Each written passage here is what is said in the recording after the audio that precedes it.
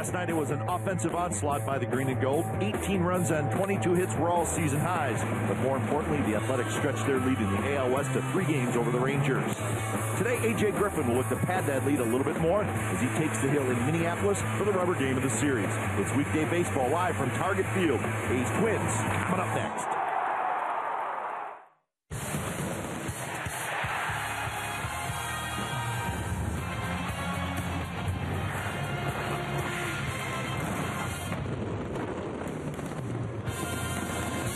It's a gorgeous day at Target Field. Day baseball from downtown Minneapolis, and it is the rubber game of the series. Derek Norris will be behind the plate this afternoon, and he's going to be catching a starter today, A.J. Griffin. So the A's will try to get out of town with a series win and then head to Arlington for the big series against the Rangers. It's the A's and it's the Twins, and it's coming up right here on Comcast Sportsnet California. The Rangers have the day off, so the A's with a 3-game lead with 17 games left to play.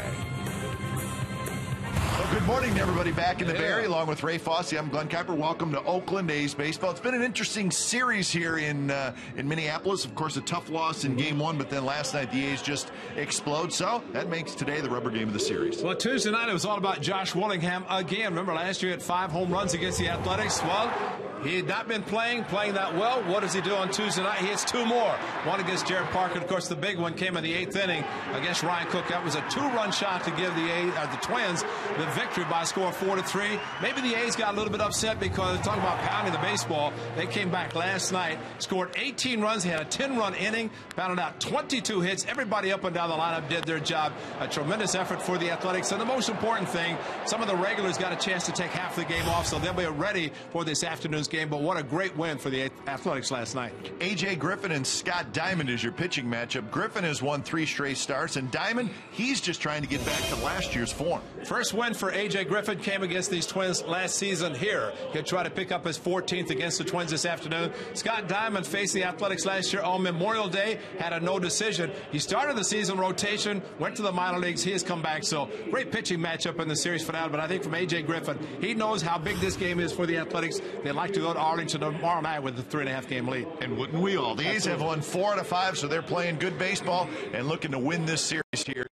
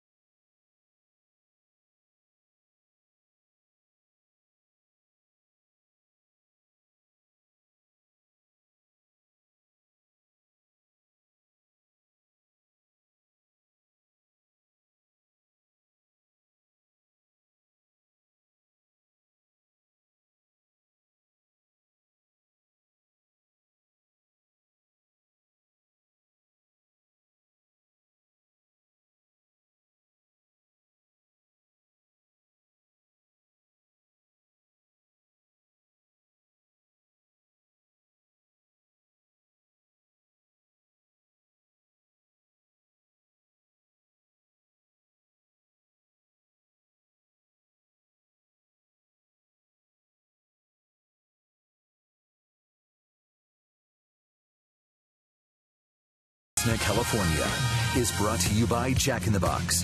Go big at a participating Jack in the Box with Jack's really big chicken sandwich combos for only $3.99 plus tax. Gorgeous day here in Minneapolis as the A's and the Twins wrapping up this series. It's the rubber game of the series. Twins winning on Tuesday night. A's with the big win last night. So day baseball from Target Field as the Twins take the field. So we're just about set to roll. Game time weather presented by the Santa Cruz Beach Boardwalk. Get to the beach. The admission-free boardwalk is open this weekend. The numbers for today, 72 degrees. Not a whole lot of humidity. A nice breeze. Some clouds in the sky. But tough to beat this kind of weather. Fall in the Midwest is pretty good. Well, and the only trip the A's will make to the Twin Cities is in the fall of 2013. And he's trying to win 2 out of 3. And it will start with Coco, who continues to hit the long ball as he did last night. So Coco will lead things off for the A's. Here's the rest of the lineup. Donaldson hits second, then Lowry at short. Cespedes is the DH today. Callaspo hits in the 5th spot. Chris Young in left. Josh Reddick in right. Derek Norris will catch, and Derek Barton will bat 9th and play first base. Well, it was supposed to be Kevin Correa, but the manager and the Twins are going with 6-man rotation. So Scott Diamond is making his 21st start, but he has been in AAA just 5-10 on the season. First start against the A's this year. As been mentioned, though, he faced the A's once last year on Memorial Day. But a lefty put into the rotation this afternoon instead of the right-handed Correa. So we'll see how the A's do with their right-handed hitting lineup, predominantly against this lefty this afternoon. Defensively for the Twins, Willingham is in left, Presley in center, Arcia in right, Plouffe, Florimon, Dozier, Colabello is the infield third and first, and Yosmiel Pinto is the catcher. So Diamond has finished his warm-up tosses. The ball is being tossed around the infield. Coco heads to the batter's box, and we're set to go. So morning baseball back in the Bay Area. I thought very important for the A's to play as well as they did last night, considering they had already known that the Rangers had lost and knew they had a chance to pick up the full game. And I think the same this afternoon, because the Rangers are off, waiting for the A's to come in to start tomorrow night. So the A's with a half-game difference in this afternoon, depending on winning or losing. And, of course, they'd like to pick up the win to have the 3.5-game lead. So Coco steps in, and we are set to go from Target Field, and the first pitch from the lefty Scott Diamond is in for a strike. Coco hitting .259 with 19 home runs and 55 runs batted in. 3 for 8 with a home run in this series, and he falls behind the count 0-2. A's come in 84-61. They've won 4 out of 5. They are 37-34 on the road this year.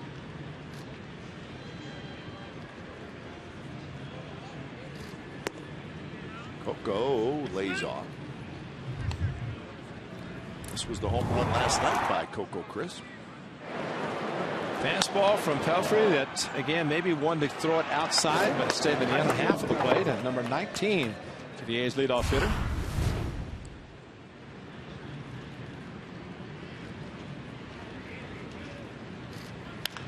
Coco gets jammed, rolls it foul. Quite a night last night for the A's. Season high 18 runs, season high 22 hits. They had 8 doubles and hit 3 home runs, and of course the 10-run 4th inning. Moss had a big night. Everybody.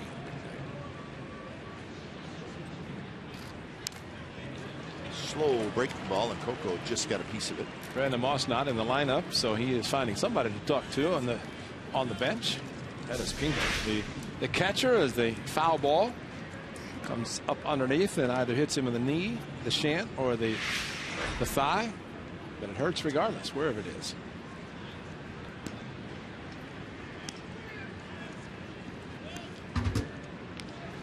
This young man might be seeing a lot of playing time, considering the headlines in the paper this morning and the word coming from the Twins about Joe Mauer, their all-star catcher. Little tapper, third base side of the mound. Diamond takes care of it, and that's out number 1. Yeah, it was disappointing. Yeah. The general manager, Terry Ryan, said, Joe Mauer had a bad day yesterday. That means I had a bad day yesterday. And that kind of says it all for the whole organization. Well, and it's true. There is Terry Ryan, the executive vice president, general manager, and what a nice gentleman he is, and does a great job for the Twins and has throughout his long tenure. But yeah, when you're your star, you're the guy that you paid the most and you want him to lead your club, can't play because of the concussion symptoms, and yeah, it does make for a bad day. And Mauer has been working out some, and he worked out yesterday, and he just did not feel good after. And it sounds like that's kind of what happens. Justin Morneau had a lot of step forward, step back days, from what I understand. John Jaso's probably going through the same thing right now. But I thought from Jaso's standpoint, the fact that he traveled with the club was a plus, because sometimes flying can not be that great for a head injury. But I'm very happy that Major League Baseball is very protective of not only catchers. Catchers, of course, take the most foul balls, but it could happen at second, as in the case of Morneau, getting kicked at second base to try to prevent a double play from being turned. So you start to get the feeling that Joe Mauer is not going to play this year. Yeah. I mean, for the Twins, the season will end 2 weeks from Sunday, so I would think Rod Gardenhire, the manager, is going to be able to see what Pinto can do, and these other catchers that we have gotten a chance to see in this series so far. Right field, Garcia is there. He's got it. So 2 outs. Last night, very scary with Pelfrey, a fastball up and in to Josh Donaldson. Second at bat, and crushed him on the right hand, and he grabbed his hand as he made the turn. Of course, his hand was against the bat, and that's when the bat left his hand and stayed in the game. And the next 2 at bats, first pitch, line base hits to left field. But I actually saw the hand today. No discoloration. I mean, it's amazing, the recovery. And maybe he could play and break Cal Ripken Jr.'s record, because that's kind of the way Rip was. He'd get hit and you think he's done. I think Donaldson's done, and back in the lineup. 1-1 to Lowry, hitting .287, 12 homers, 66 RBIs. You know, they do say that players who have played football, they have that mentality in baseball that, you know, you get hurt more maybe playing football. So when you're playing baseball, as much as you get hurt, you don't think about it as much. Diamond makes a nice play. Took a hit away from Lowry. 3 up, 3 down inning for the lefty Scott Diamond. Twins coming up. They're going to face A.J. Griffin. No score.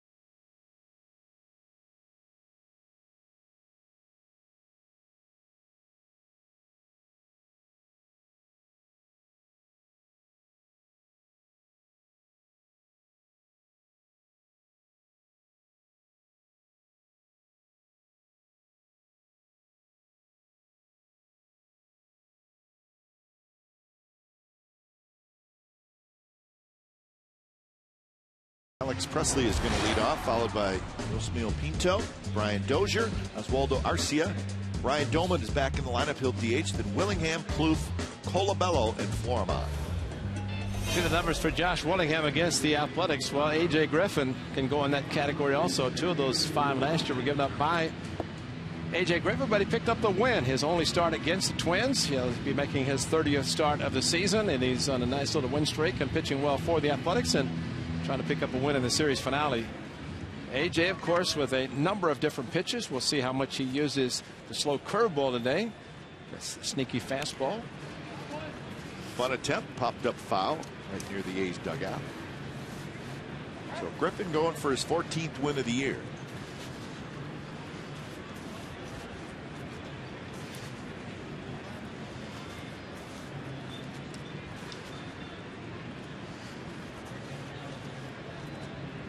Alex Presley is 3 for 7 in this series. And there's a strike, and it's 0-2.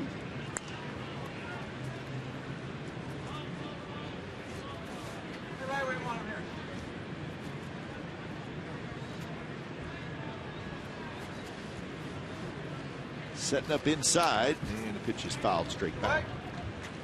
Well, he just shook Derek Norris, and it could have been location.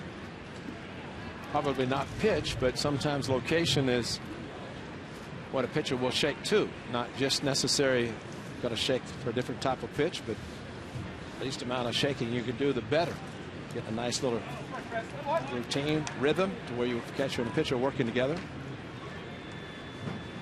Derek Norris behind the plate tonight. Stephen Vogt last night had a big night. Kirk Young, of course, the A's pitching coach. So his youngster, Sonny Gray, go 5 innings last night, picking up the win with a lot of run support. Good pitch, and Griffin strikes out Presley to open up the bottom of the first. See, the wiggle of the fingers, that usually indicates a changeup. That's what the pitch was with the 1-2 count. Perfectly thrown. Great delivery, arm speed perfect, and he pulled the string, throwing a changeup, had the leadoff hitter swinging and missing a pitch down, which is exactly where you want the location of the changeup. Last 3 starts, he has beat the Tigers, the Rays, and the Astros. Something else to think about with Griffin. Looks like after today, he'll probably have 3 more starts. So he has a chance to get to the 200 inning mark, and he's got a real good chance. Coming into today, 182 innings, so he's 18 innings away. You count today's start, he's got 4 starts left, so he has a very, very good chance. And I would think for A.J. Griffin in his really his first full year, that's a big deal. Absolutely. Young, Crisp, and Reddick in the outfield for the A's. Donaldson, Lowry, Cayaspo, Martin on the infield with Norris doing the catching.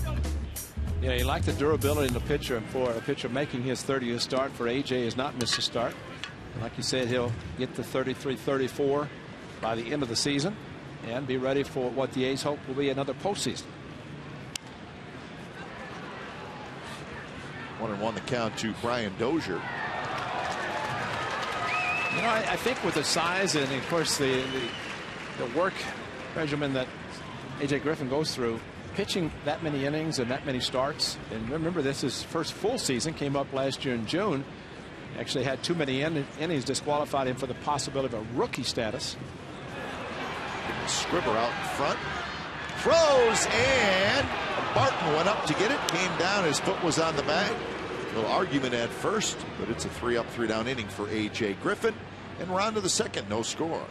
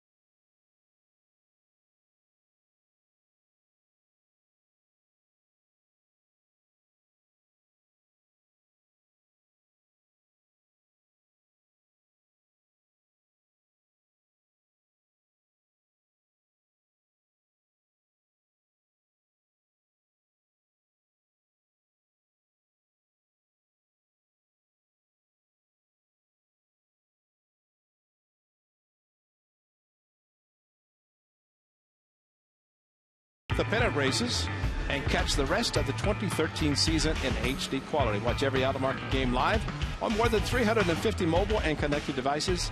Visit MLB.tv today. What a great time to watch Major League Baseball. The pennant stretch. Cap, you've got them all too, right? All the teams trying to get in the wild card race. Oh, yeah. That's what I like about you, because you stay atop of all that stuff. Well, big time. Kind of fun to keep an eye on everybody. Cespedes to lead it off here in the second inning. Cespedes, Callaspo, and Young against Scott Diamond. 241, 22 home runs for Cespedes. The doubles he hit to right center last night. You see the infield, outfield really kind of playing him straight up now. This one high down the right field line. Arcia headed into the corner, and he caught it.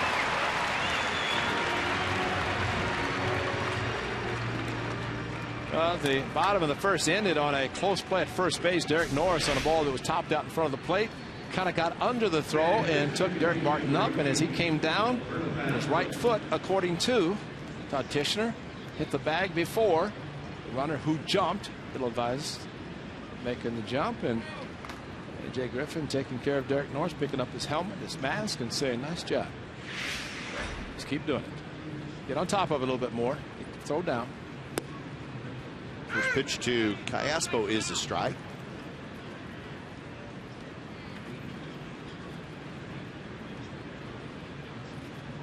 Callaspo 256 with 7 home runs. And he rips that one down the left field line, but foul. There's only one game going on. Actually, 2 games being played. They're both in the National League. The Braves over the Marlins 4-0 in the third inning, and Washington beating the Mets 1-0 in the first. Everything else around baseball is a night game. As we mentioned, the Rangers are off today. Final off day of the year for Texas, so they will finish the season with 17 straight games.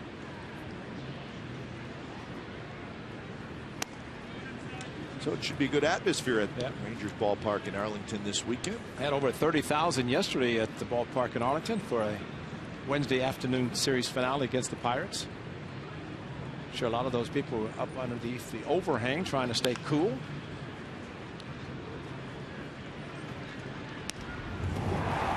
Callaspo hit his second home run as a member of the Athletics. That came on Tuesday. Fastball running away from him. 7 overall, 5 with the Angels, and second with the green and gold. That one rolled to second right at Dozier. And that's out number 2. And that'll bring up Chris Young.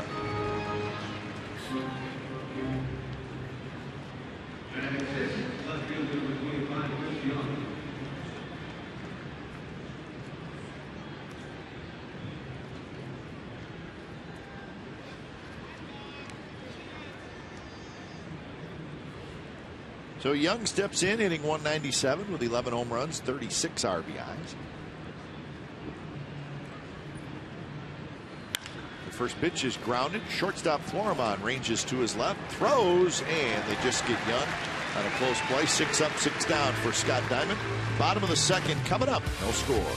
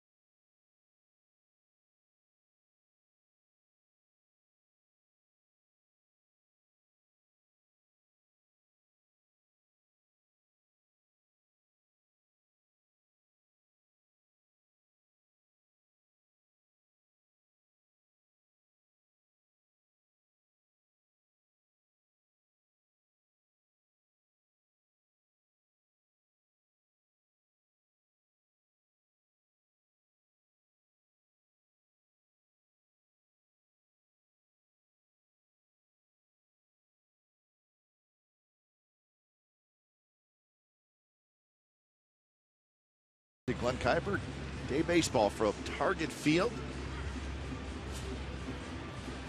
He's will either head to Texas with a 3.5 game lead or a 2.5 game lead.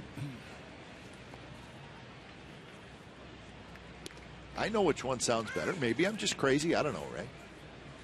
I think a 3 is always better than 2, regardless. Well, especially when it comes to standings. That's right. Games ahead. And especially this time of the year. And, you know, usually in days like today where the Rangers have the full day off, they played yesterday afternoon, they'll resume play tomorrow night. And you might think, well, they might be interested in the game today. Sure, they're interested, but I bet they're having a nice off day. I bet they're enjoying it, considering it is their final off day of this regular season. They know that they have the off day. The A's are playing. The A's have their off day Monday to travel back to the Twin Cities. Joe Rudi, another fine catch. But when you get off days, and especially at home, you enjoy them. Yep.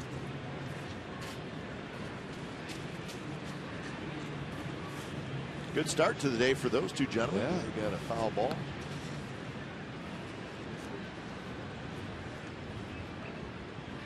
High fastball. Arcia swings and misses, and that's strikeout number 2 for Griffin.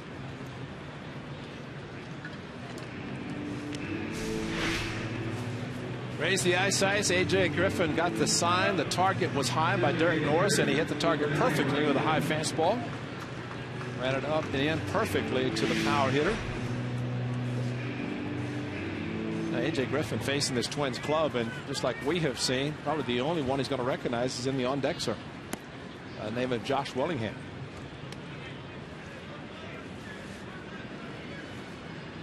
But advantage has to go to pitchers. We've mentioned in the series, especially for Sonny Gray facing the A's last night, or facing the Twins for the A's, and Bryce Hendricks and Pelfrey facing the A's for the first time.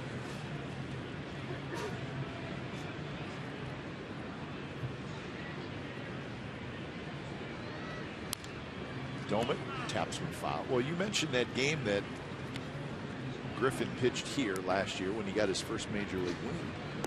That was the game where Johnny Gomes hit the grand slam off Liriano. Liriano struck out, it seemed like everybody except Gomes. About 15. Yeah. And the A's won that game by a final score of 4-3. Griffin got the win. First major league win for the A's right-hander, who made his 4th start. So that was the first game back from the All-Star break. And that was the beginning of a great run. The second half of the season. It swept the Twins the weekend. Strike 3 called. Back-to-back strikeouts here in the bottom of the second inning. Well, 2 home runs by Josh Willingham against A.J. Griffin, and there's a little cutter that he hit, which is similar to one he hit on Tuesday night against Jared Parker, and well, he just did not settle for just the one. 7 home runs, and really it's not like the A's are in the same division as the Twins and they're playing them 18, 19 times a year. That's not the case. Willingham takes the strike. You might see a steady fastballs from Griffin today. That's a great location. A fastball away. The very quick stroke from this right-hander has allowed him to hit as many home runs as he has, and we saw it when he's with the A's.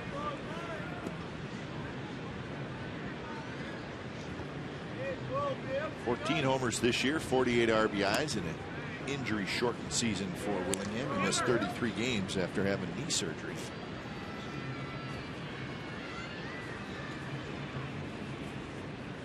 $35 home runs last year.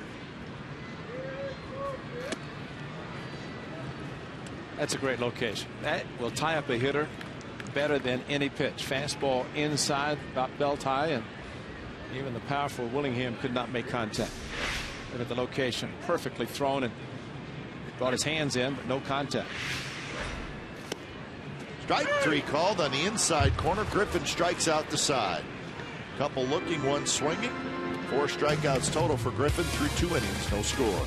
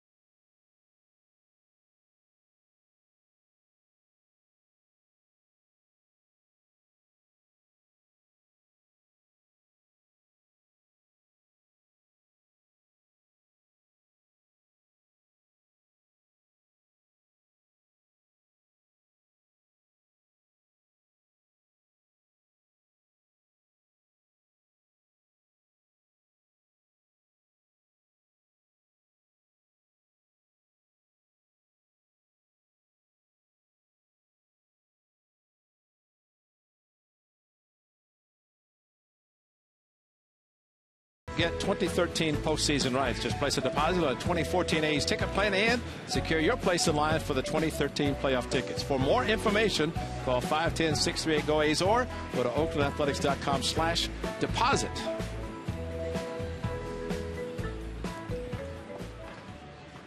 Reddick to lead it off for the A's here in the top of the third inning. Both teams have gone 6 up, 6 down in the first 2 innings, and Reddick takes a strike. Reddick got in the game last night and had a double.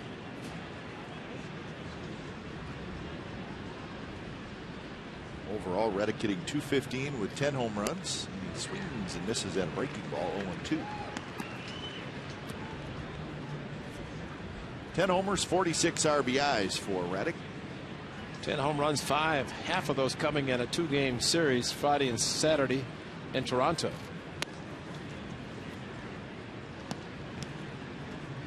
And you think before that series he only had 5 after 32 last season, so it up and down for him with some injuries. Started, of course, in the beginning of the season. Anybody and everybody wants to be playing baseball this time of the year, and Reddick has not had a lot of playing time. Matter of fact, 0 as far as a rehab assignment after going on the disabled list. And the minor league teams finished before he had a chance, so it's pretty much back to square one, almost like spring training. Playing in the biggest time of the season. Out in front of that one, rolls it foul.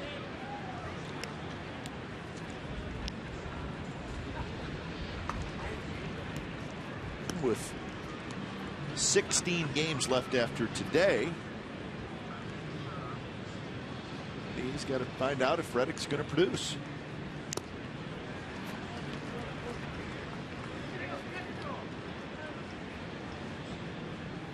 Just out in front a little bit on this pitch.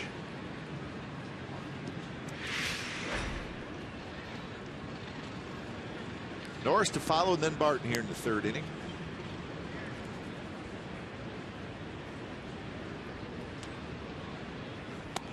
And he swings and misses on a pitch that was off the plate a little bit. That's the first strikeout for Scott Diamond. Well, that's a pitch, and we talk about hitters who can recognize a spin on a baseball. You see the spin, and you see the start of the pitch to the outside part of the plate. No way it's going to be a strike, and he swung and missed.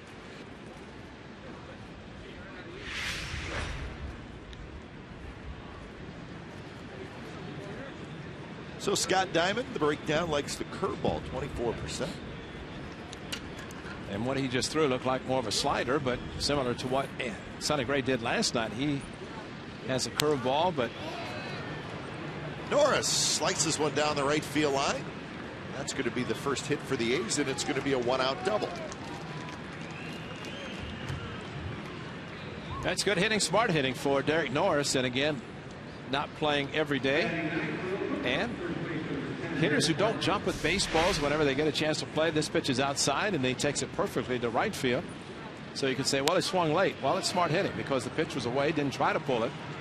And there are a lot of hits to right field, as Josh Donaldson has proven. Cespedes has already shown in this series. That's his 8th to right field for Derek Norris, and a big one.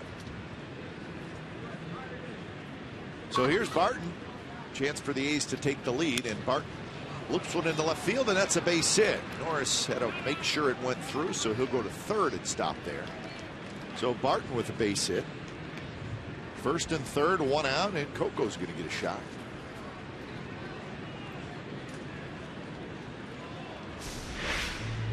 Got a hanging breaking ball, and that almost looked like a cut fastball that Diamond froze and left it up, and that's the key. And Derek Barton, see, there's a difference in the swing. Derek Barton took the outside pitch, the opposite field. Josh Reddick, unfortunately, got the bigger sweeping breaking ball and tried to pull it, opened up, and it swept too far away from him to make contact. Good approach by Barton.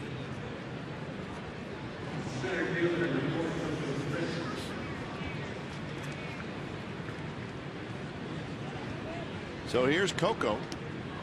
Done a nice job in these situations. Getting that runner from third home with less than 2 outs. See if he can do it here. Fastball inside. Coco 3 for 9 in the series.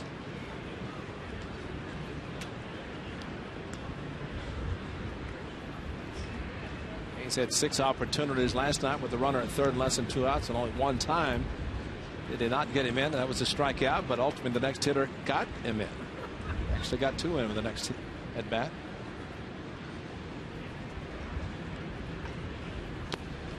Two 2-0 now to Coco with Donaldson waiting in the on deck circle.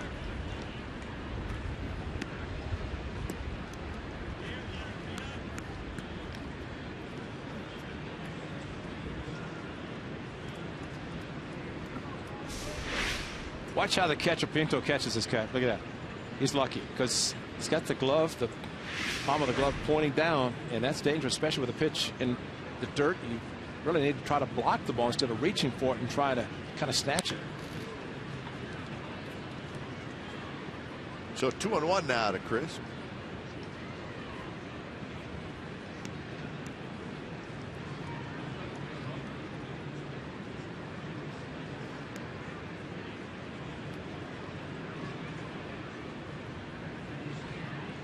A 1-out double and then a single that put runners at the corners for the Athletics.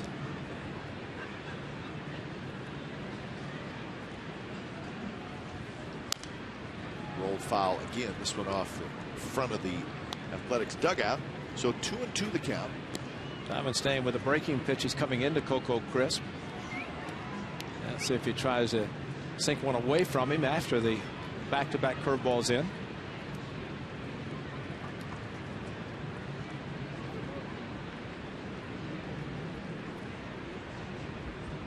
Martin with a pretty good lead at first. And that one bounced to short. Florimon in the hole. They'll get the out at second. Throw to first. Not in time. Run comes in to score. And the A's take a 1-0 lead. Twins were hopeful of a ball directly to the shortstop, directly at him. It did not happen. Anytime an infielder has to move, especially with the speed of Coco Crisp.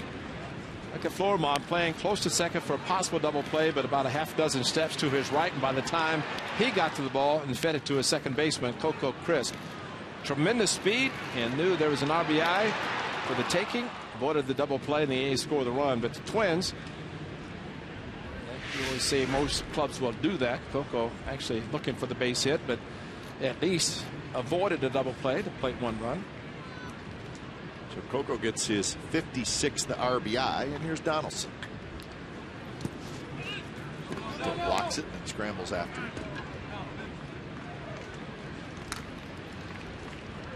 Pinto getting his work in tonight. Now that time, see the glove?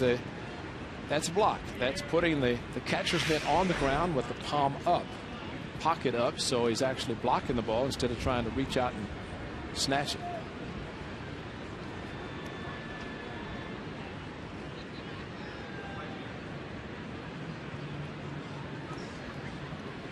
Fly ball to right field for Donaldson in his first at bat.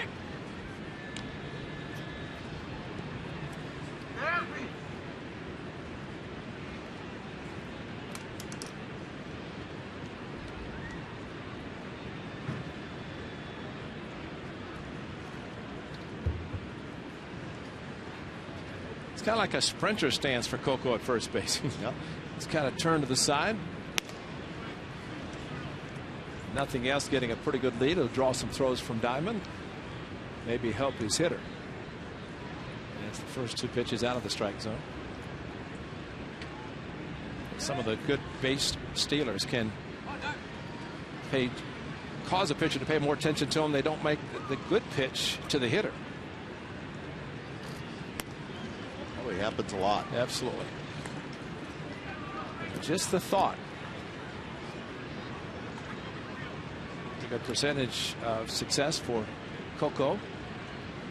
Right now, it seems like Diamond's trying to hurry his throw, and the pitches are just tailing too far outside, and that means he's not following through, not finishing on his pitches, and you get that kind of movement away from the power hitter. And it's a 4-pitch walk to Donaldson, and the inning continues. Coco goes down to second base.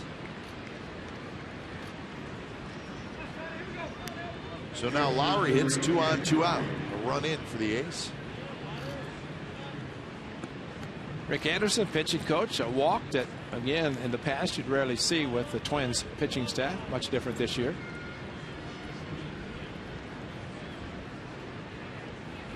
First game of the series, the Twins did not walk a hitter. Of course, they ended up winning the game 4-3 thanks to Willingham. Last night they walked 4.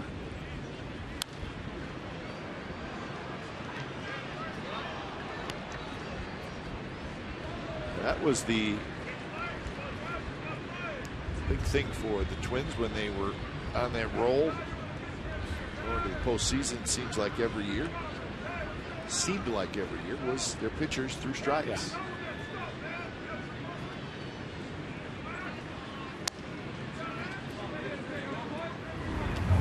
Jed Lowrie hit his 12th as a low fastball, and the catcher went down to block it and crushed it to right field. A high, majestic type towering fly ball.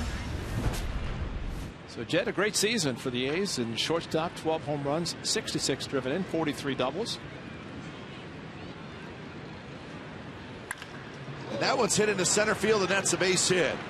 And Coco Crisp will score without a throw, and the A's have a 2 spot on the board here in the 3rd.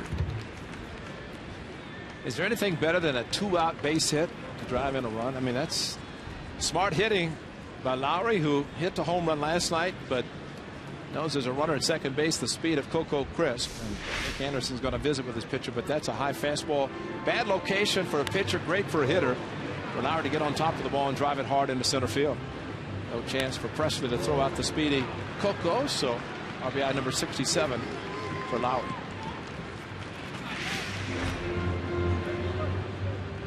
So 3 hits and a walk in the inning for the A's.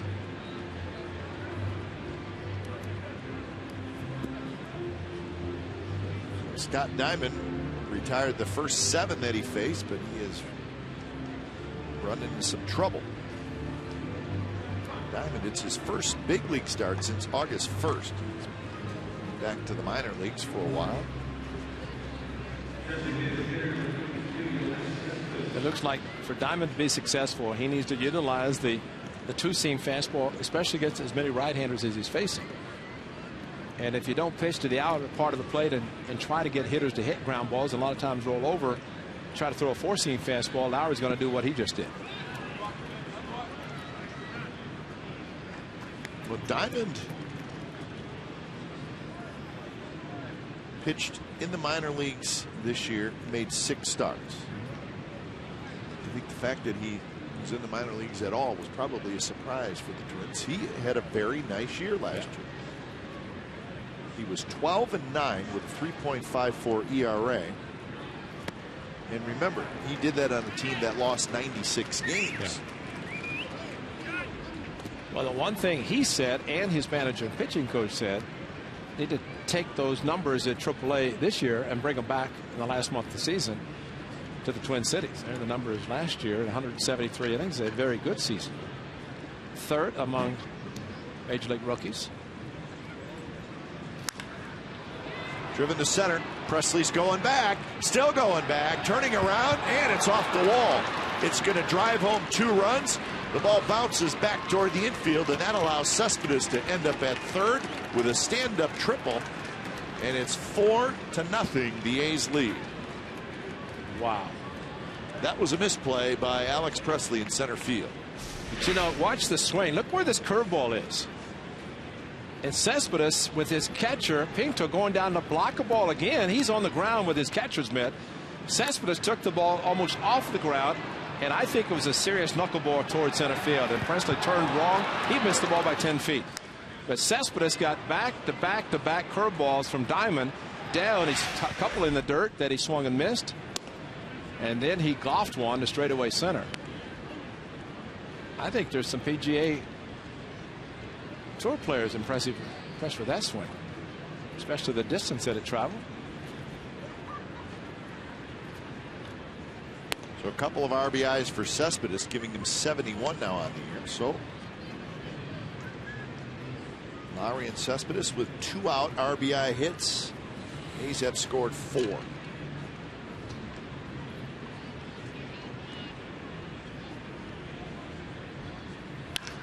Aspo hits it hard, but right at the shortstop, Florimon. Side retired. 4 runs on 4 hits. A couple singles, a double, and a triple, and the A's lead 4-0.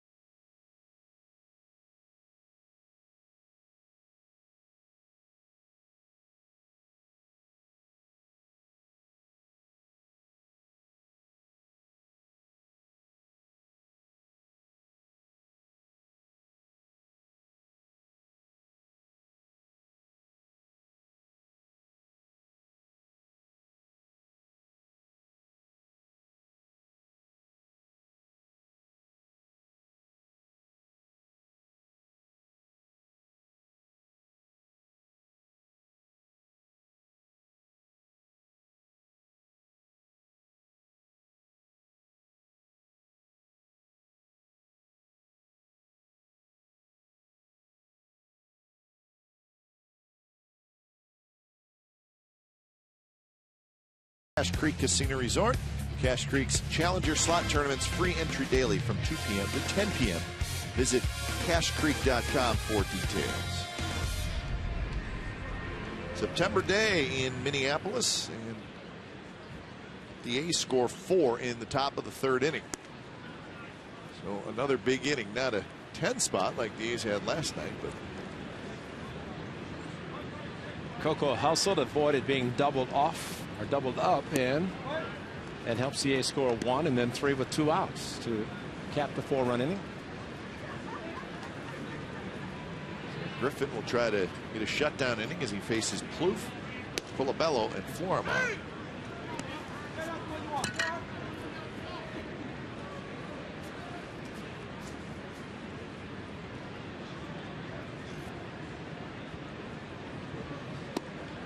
Right there with a fastball, 2-2. Those last 2 pitches down low in the strike zone, and we saw Diamond elevate some of his pitches, especially to Lowry, but A.J. Griffin, the 2 strikes have been down perfectly thrown.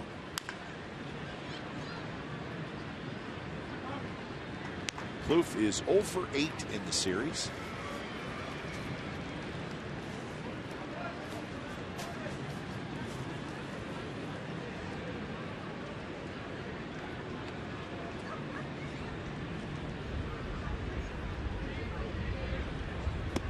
And a curveball, swing and a miss. Strikeout number 5 for Griffin.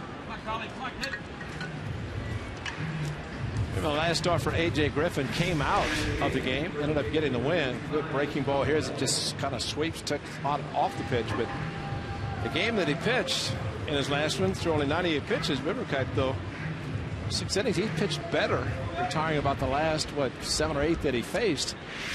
Came out of the game even though he was throwing much better. You know what he said? I should have pitched better in the early part of the game. I would have gotten to pitch deeper in the game. So he recognized that maybe he struggled early, but instead of being upset that he was taken out after throwing just 98 and pitching very well, realized that he could have stayed in the game if he pitched better.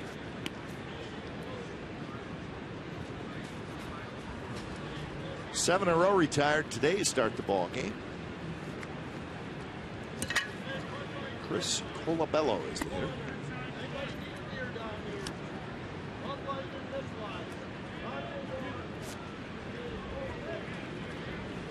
Colabello played a little bit in the game last night. Darren Bush, the A's bullpen coach, started his career in independent baseball as a player, managed independent baseball, and that's where the Twins found this young man. Given an opportunity, and a team like this where you give an opportunity to take advantage of it. Darren Bush, first season in the big leagues as a coach, and of course working with the catchers and getting the pitchers ready to come in. What's Casey Chavez got on? Oh, those are sunglasses that he's not needing them, I guess. That's Callaspo dives, gets up, throws in time, and a nice play by Alberto Callaspo. Backhand, little half slide. And didn't panic once he caught the ball, and I think that's the important thing, because he does go well to his right, catches the ball, but then sets himself. And remember, he played third base for the Angels before acquired by the Athletics, so he has a third baseman's strong arm and utilizes it there after making the diving play. So 2 outs, and here's Florimon. That's a way to clean your hand, isn't it? Doesn't want to dirty his uniform, so he goes inside to his T-shirt and gets the hand clean. I guess for diving, had mud on his hand. Very muddy on the infield, a lot of water. Didn't have a chance to dry out before the game started. Quick 0-2 to Pedro Florimon.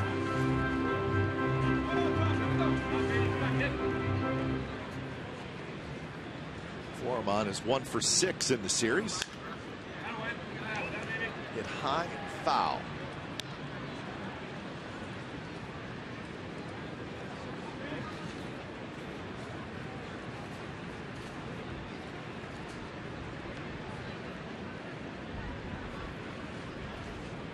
Setting up inside, wanted the high fastball, and he got it in on Florimont. Another foul ball, and the fan reached up with the bare hand, and he made the play and kept the brewski in his left hand.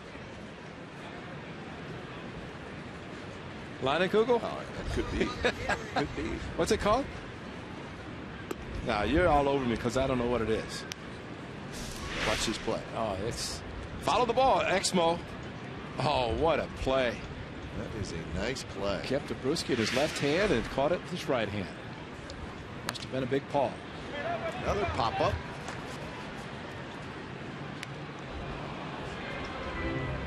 So Florimont battling A.J. Griffin. The Twins looking for their first hit.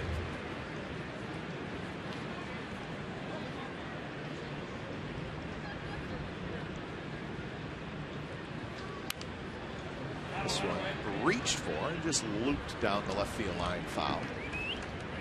Thought he eventually throw him the slow curve, which he did, and fooled Florimont, but still able to foul it.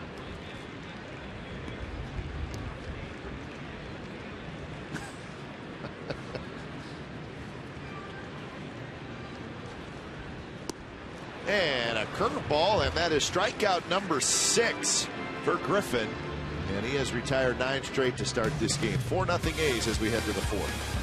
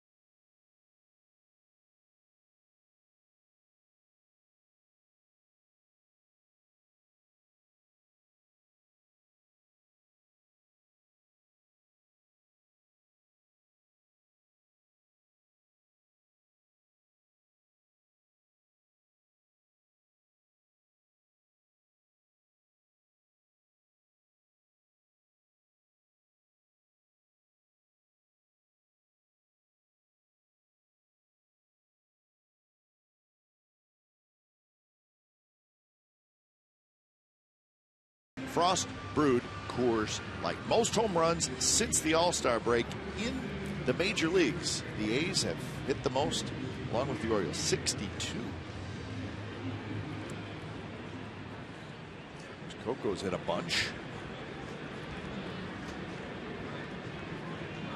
Overall this year, the A's with 160 home runs total, and that is 6th most in the American League. Well, they will not get to last year's total, 195. But they're starting to hit home runs at the right time, and that's the second half of the season. Presley grabs the soft line drive off the bat of Chris Young for out number 1.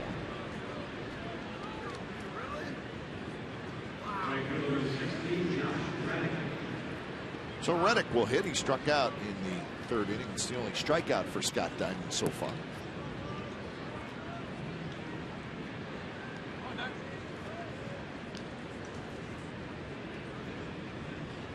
First pitch is curveball that is down and away to Reddick. Well, you figure Josh Reddick's going to get a steady diet of the breaking pitches, especially from the lefty, until he makes contact, and he's thinking about bunting. Got a fastball, probably saying, why did I do that? He finally got a fastball. Of course, you knew that. You know that's good. And he pulls the bat back and said, you got to be kidding.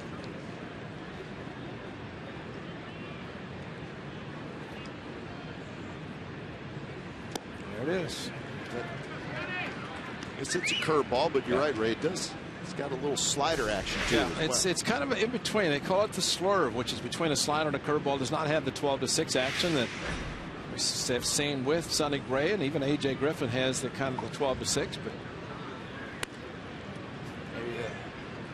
set up fastball to go back to it, although a critical pitch.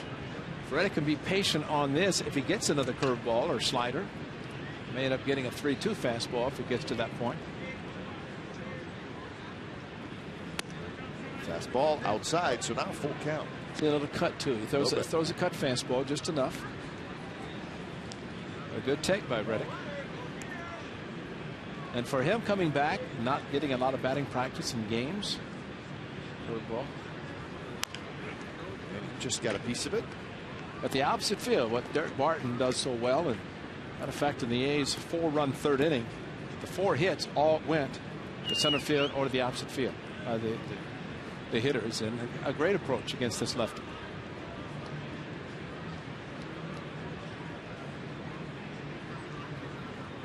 (3-2) pitches high, and Reddick has a 1-out walk.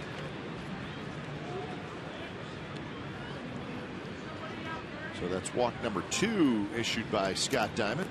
When you throw a 3-2 curveball slider, you have to throw it with conviction. If you try to guide it, which he did, ends up being out of the strike zone. Plus, you're not going to get a hitter to chase a bad pitch. And just watch how he kind of throws this. I want to throw it for a strike, and way out of the strike zone. No chance for Reddick to swing at. So you kind of throw it right to the middle of the plate with the break. At least tempt the hitter, and if you miss with it, that's fine. Tip your hat to him, but it's a good take by Reddick. So Norris steps in. He had a 1-out double in the 3rd inning, and that started the 4-run inning for the A's. He scored on the fielder's choice by Coco Crisp. And that's where he hit it, right down the right field line.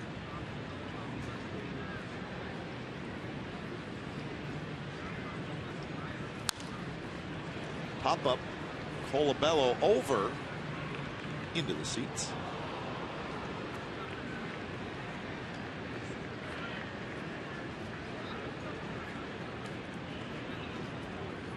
So Norris getting a chance to play after Stephen Vogt had the big night last night. 3 hits and 3 RBIs for Vogt.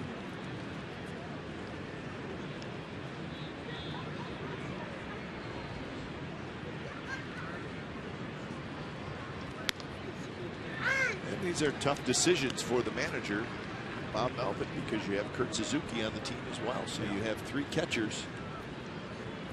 Vogt's been swinging the bat very well. Maybe he thought it was a little bit high, might have been, considering where the high strike is called by some umpires. Bill Miller just has to be happy to be behind the plate today. I mean, considering what happened last night with that line drive. Of course, Bill has taken a few shots off his mask. We saw last year that he had to leave the game and started to make some calls. Thought the count was different, but even umpires take shots off the mask, unfortunately. I know I've asked you this before, Ray. This was getting out of the way. And well, as much as Ron Gardenhire didn't like the reversal of this call, you could see Bill Miller had no chance to see where the ball landed. And he said, what do I do? Foul? And then conferred with the other umpires. It did hit the line. And not surprising, there's the chalk line where the ball did hit. So, and umpires saw it, and Gardenhire was ejected, which, as Bob Melvin has said today, I would have done the same thing. When you reverse a call. No question. Garcia comes in. He has it. Still a credit to Bill Miller, who said, I didn't see it, so I need help. And that's all he could explain to Ron Gardenhire. But the way the game was going last night for Gardenhire, figured he's going to get ejected anyway. It's not the first time for him. But Bill Miller, again, you have to say, umpires want to get the call right. And he did by asking the other umpires, who one of them happened to have seen the ball hit the chalk. You know what my theory is, right? What's that? The home plate umpire, from we have been told, which was Dale Scott. He's the one who then made the call. Really? I don't think Dale Scott saw it either. No. But I bet Bill Miller said, listen, there's a spot on the chalk line where the ball hit. I didn't see it. That's a great point. Yeah, I mean, because and it's nothing against Dale Scott, but you saw our replay. Yeah. And we really couldn't see because the bag is kind of in the way. That's right. And the way Bill Miller jumped, he was in the way. So everything, that's why we actually said at the time, I think, that the umpire behind the plate could not have seen it. Probably not. But Bill Miller, at the chalk line, everybody pointed at the chalk line, and I got to believe that at some point somebody said, there's a mark on the line, it's a fair ball. 4-0 as we head to the bottom of the fourth.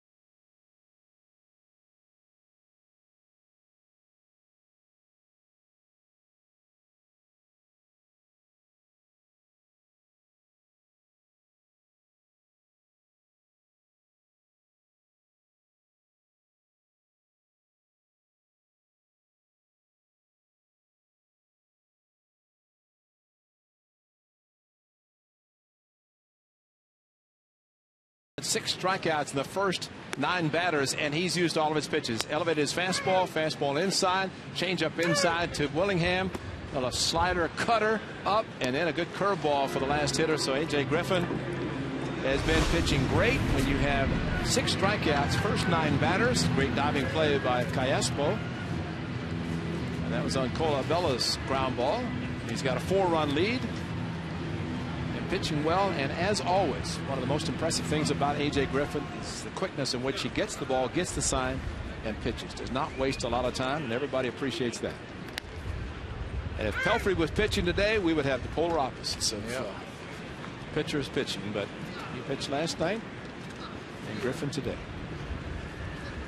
Leadoff man Alex Presley. And Griffin pumping strikes in there, quickly ahead 0-2.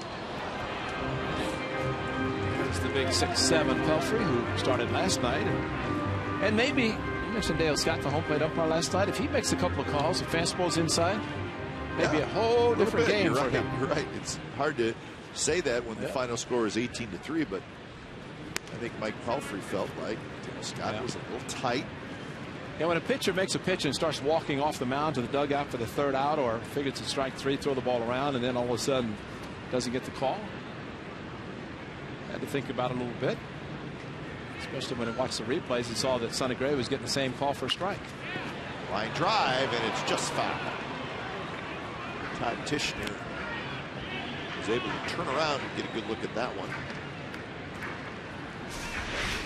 Well, that's the key. First base umpire, he does kind of turn, gets out of the way of the ball coming. Was not hit as hard as Lowry's ball was hit to Bill Miller last night.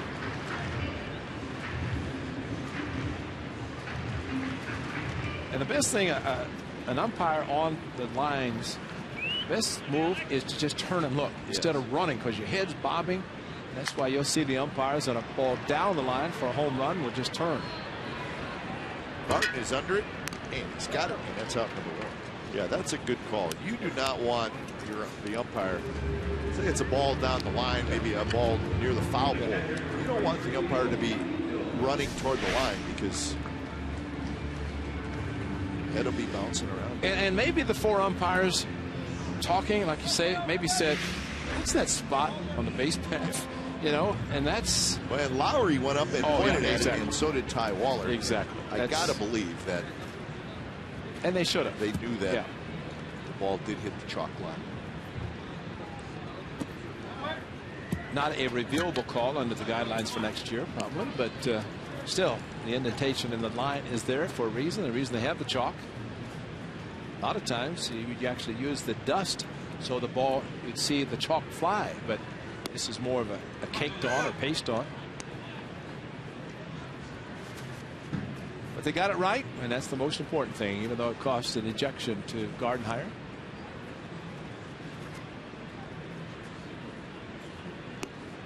Kerr in for a strike, and it's 1-2. Griffin's got it all working. Oh, he does, and he throws this curve, buckles the knees, and and there comes it floating. And once the hitter commits by buckling the knees, he has no chance to pull the trigger and swing at it. Overthrew that one a little bit. 2-2 the count to Yosmiel Pinto, the young catcher.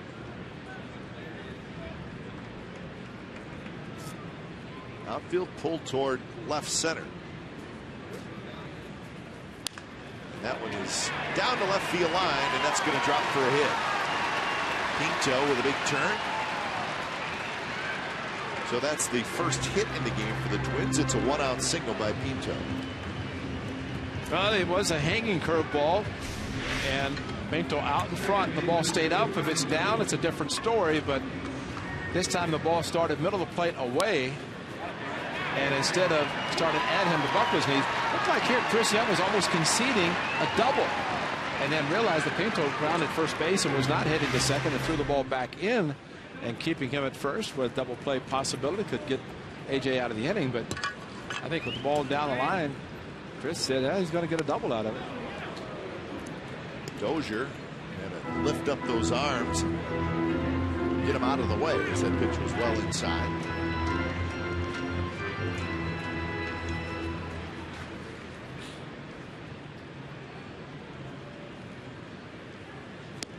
Swing and a miss. So 1-1 the count. Dozier bounced back to Griffin in the first. This is that hard breaking pitch, actually change up this time. He's been throwing more of a, not just the cut fastball, but he's enlarged it to throw like a slider. This one that he buried.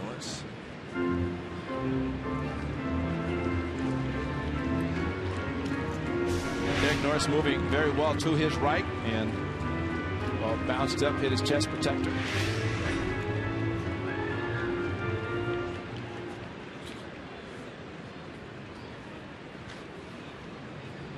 Pinto short lead at first.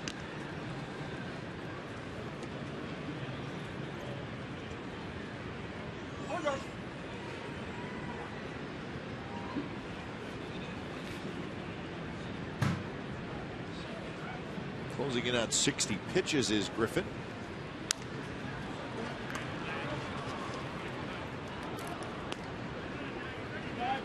So 2-2 the count. Garcia, the left-handed hitter, is in the on-deck circle.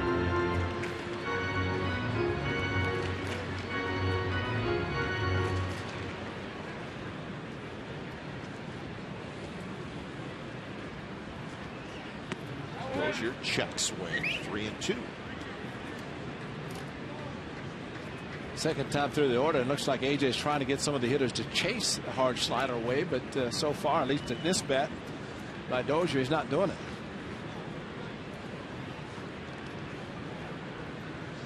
Setting up inside, but a quick throw at first.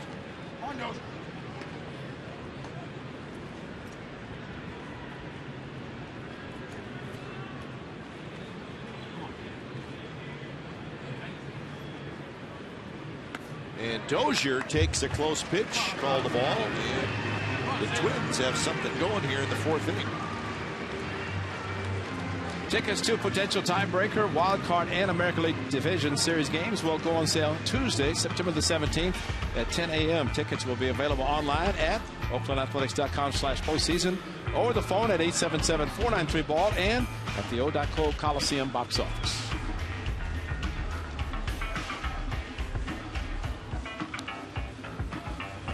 Interesting that A.J. Griffin gives up his first hit, first base runner on a breaking pitch, kind of hung outside for Pinto, and then pitches out a stretch for the first time and really overthrowing a bit. Ended up walking Dozier to set up a first and second, 1 out. Here's Arcia. And the pitch is a fastball just a little bit outside. Arcia struck out swinging in the second inning. Doman is the on-deck hitter.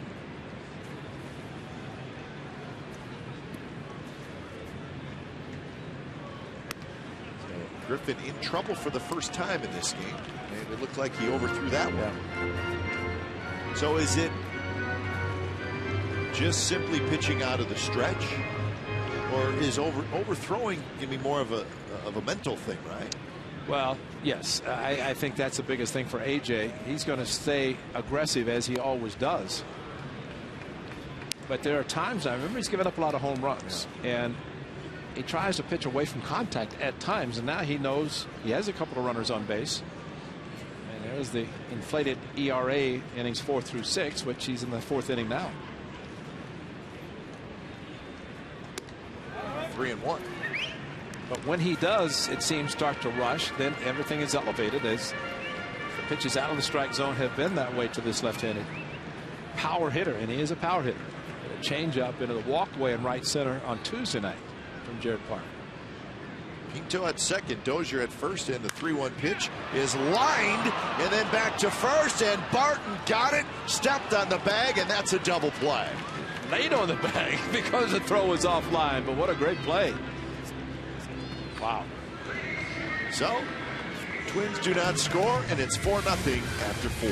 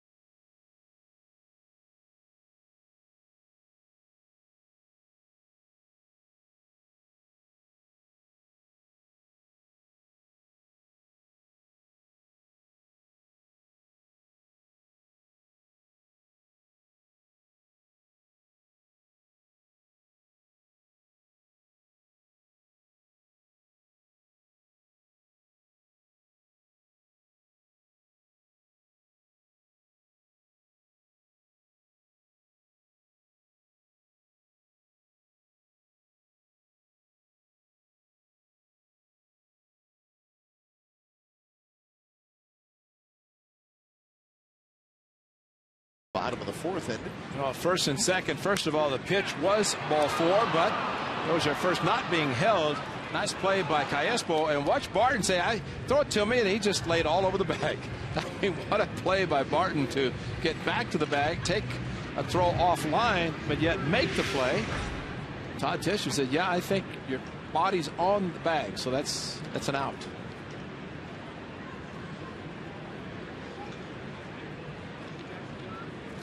So Coco Crisp to lead it off, followed by Donaldson and Lowry, top of the 5th inning. He's got all 4 of their runs in the 3rd. He got 4 hits.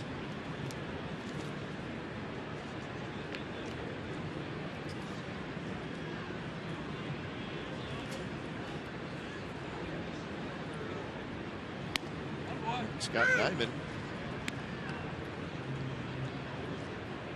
allowed all 4 of those hits in that 3rd inning.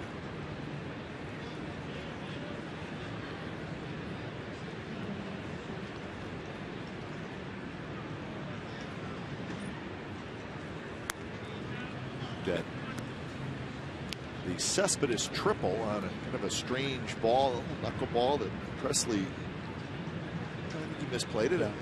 If he certainly could have caught it, but did not. But that turned a 2-0 game into a 4-0 game. That's a huge 2 runs. And consider the way Cespedes actually diamond threw a couple of curveballs to the dirt, trying to do it again. But Cespedes, strong enough, go down and golf one to straightaway center. And maybe the sound off the bat didn't sound that great, and maybe created a knuckleball effect that affected the center fielder where he couldn't make the play. But the one thing we've seen in this series, and seems to see a lot, and especially with the Twins, a young team up and coming, is that their aggressiveness in pitches that are out of the strike zone. Yep. And we saw it last inning that helped the A's get out of the inning because the aggressiveness of the hitter hit a swung at a pitch that was ball 4. Arcia into the corner, and it'll be foul. But you just think of if you work a count. The A's did it to Pelfrey last night in 3+ innings, 78 pitches. If you swing at good pitches, you're not trying to draw walks, you're just trying to swing at good pitches. And I guess the opposite side would be, again, what the Twins did in the last inning with 1 out. See, he swings at a ball that probably could have loaded the bases, 1 out, instead lined into a double play. And now 3-2 to Coco Crisp, who is 0 for 2, but he reached on a fielder's choice in the 3rd inning. That knocked in a run, and then he scored in that inning. And this is the 8th pitch coming up in this at bat because of the patience of Coco and fouling off some tough pitches.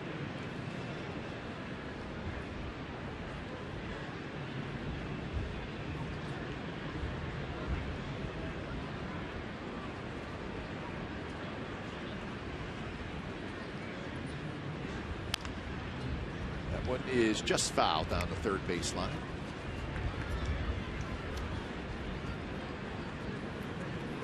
Braves leading the Marlins 6-1 in the 6th inning, and the Nationals and the Mets are now in a delay. So that game got started. They played an inning, and then it rained in New York. Only games going on right now outside of this one. Line drive, and that is just foul. Well, speaking of the rain in Colorado, they're getting inundated with flash flooding. And I think the East Coast is supposed to get hit with rain as well. Exactly. But it's been very hot and humid, and they said it's going to cool off. Well, usually it's the rain that does it. But A's have been fortunate so far this season. Another ball down the left field line and foul.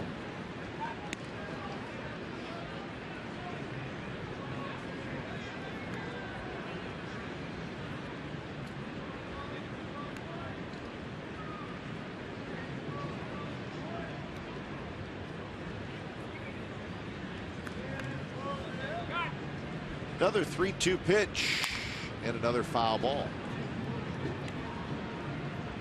Trying everything to Coco, and nothing seems to work at this point. Actually, Coco swung at a pitch. It might have been a ball 4, but close enough. When you're taking a pitch that you know is down the middle of the plate but might be low, you don't want to take a chance of having the umpire call it a ball. And that one is lined to third. Plouffe with a very nice play. His throw is high, and Coco's in there. But Plouffe made a terrific play, but his throw was high. Coco did a nice job kind of avoiding that high sweep tag by Colabello. Well, here's the old difficulty of play, and this is how some official scorers look at it, as made a difficult play but then made a bad throw. So it's a 2-part, as I've been told. So there's one part. He makes a great play, makes a bad throw, and I think he's given an error. From what I understand, is that correct? It's an error. But you know, such a great at bat anyway. He does reach base, and Francesco's having a nice lunch on this Thursday afternoon back in the Bay Area. So dinner for 2 at Francesco's. That was a long at bat. That was 12 pitch at bat for Coco. Does reach base.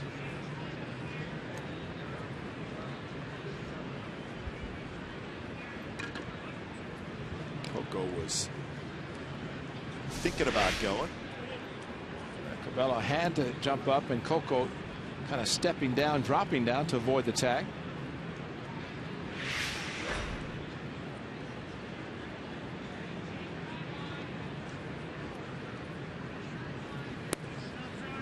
A little bit outside to Donaldson.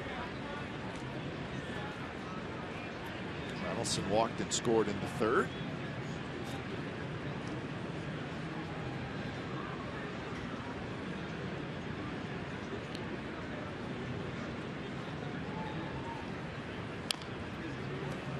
Donaldson now in this series is 3 for 8.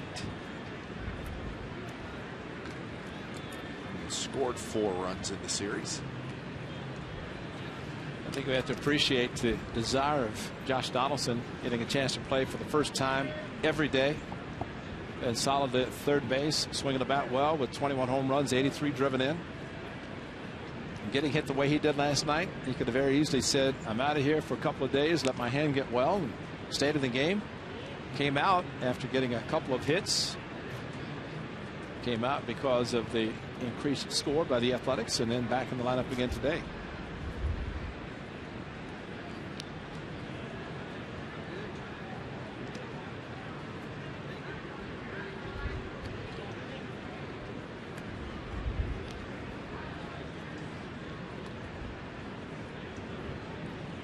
Lowry will be next. He's with a base runner here in the 5th inning.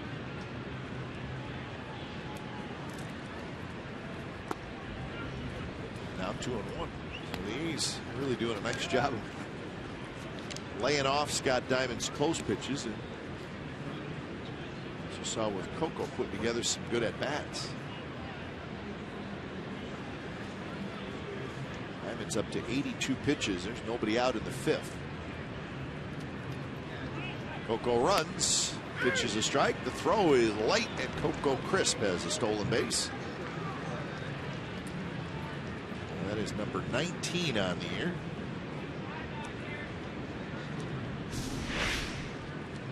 Well, they went on the first move, and Donaldson taking the pitch, throw offline. But called a strike. Donaldson, though, not opposed to getting to 2 strikes, so his center fielder could steal a base. So Coco indeed in scoring position, nobody out. And you saw Donaldson on that steal attempt. He bluffed a bunt. Yeah. He's obviously not going to be bunting, so he knew Coco was going. Well, that's part of him hitting second. I think that's why Bob Melvin wants to have someone who can actually see, and not that any of the other guys can't, but Josh Donaldson is able to see him take off and realize, as a former catcher, if he can distract the catcher a little bit by faking a bunt, may help. And he gets a base hit. And here comes Coco Crisp. They're waving him home.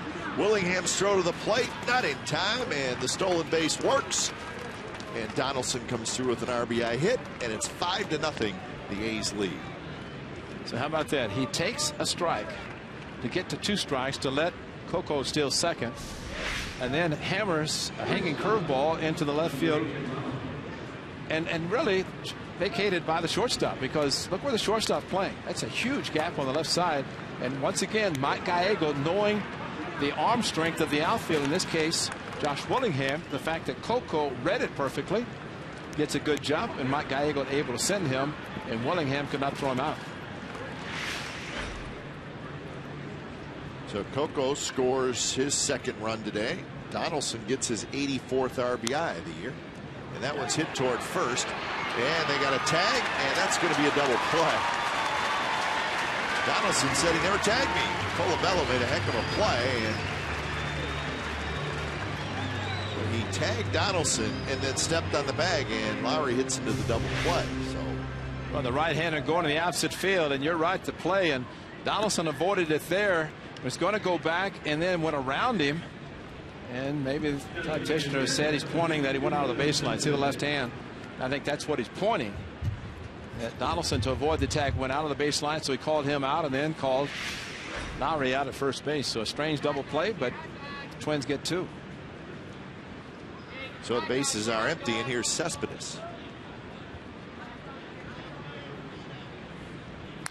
Cespedes swings at the first pitch, fouls it back. getting back to that Donaldson hitting second rate, Donaldson's an RBI guy. Yeah. He's trying to knock in 100 runs. That's right. So he's probably fine with, I'm going to take a strike, but I'll hit with 2 strikes if I'm in an RBI spot now. That's a great point, because how many times you see a runner take off and a hitter get a pitch and he swings at it and fouls it, or in some cases could line into a double play. So it's important for a hitter to be aggressive as Donaldson is, but also to be able to see out of the corner of his eye that Coco's taking off. And the point you made a couple of nights ago, you don't want to see a fake from the runner at first. You want to see, will screw you that's up. right, because you can see that and you stop your swing. You see him take off. You're willing to give up the strike. He did, and gets the count, and especially gets the hanging curveball. That's a great at bat and drove in a big run.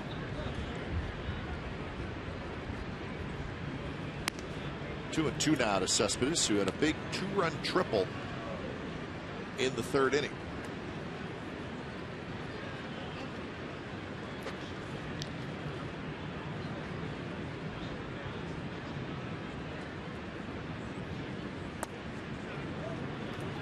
Coco scores the run. Remember, he reached on an error.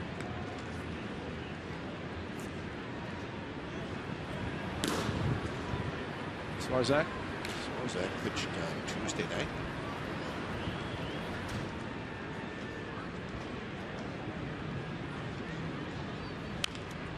Roll foul. Cespedes DHing this afternoon.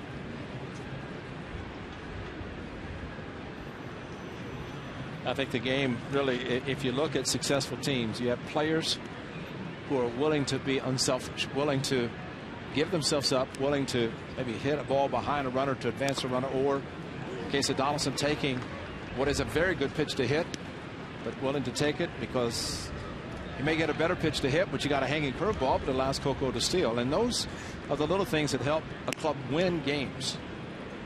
An error, and because of Donaldson and the stolen base, they drive in a run. Say, well, it's an unearned. That's fine, but it's still a run for the A's. And that one is a shot to center and a base hit. And look out, Scott Diamond.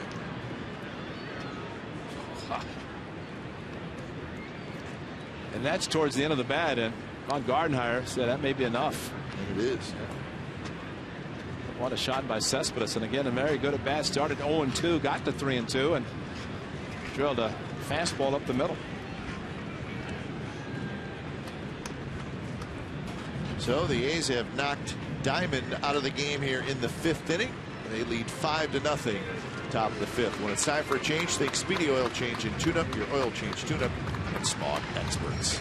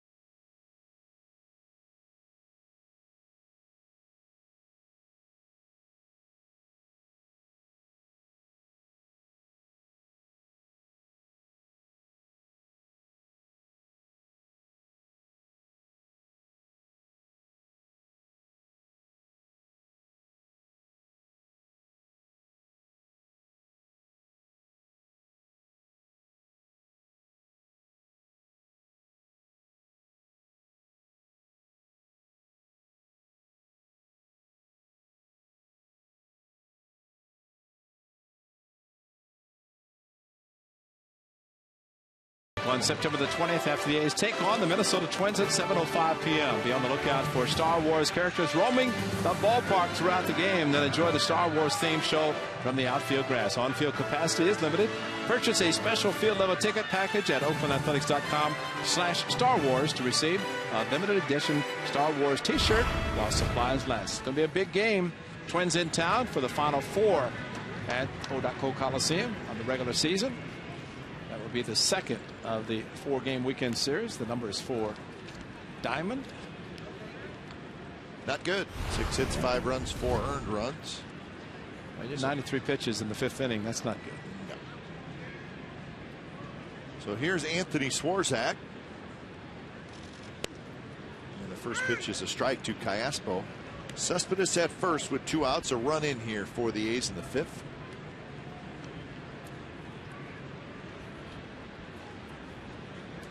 Ground out to second and a ground out to short for Callaspo. That one tomahawked foul. Swarzak, the recipient of the win on Tuesday night, thanks to a good 8th inning, and then Josh Willingham, the 2-run home run in the bottom of the inning.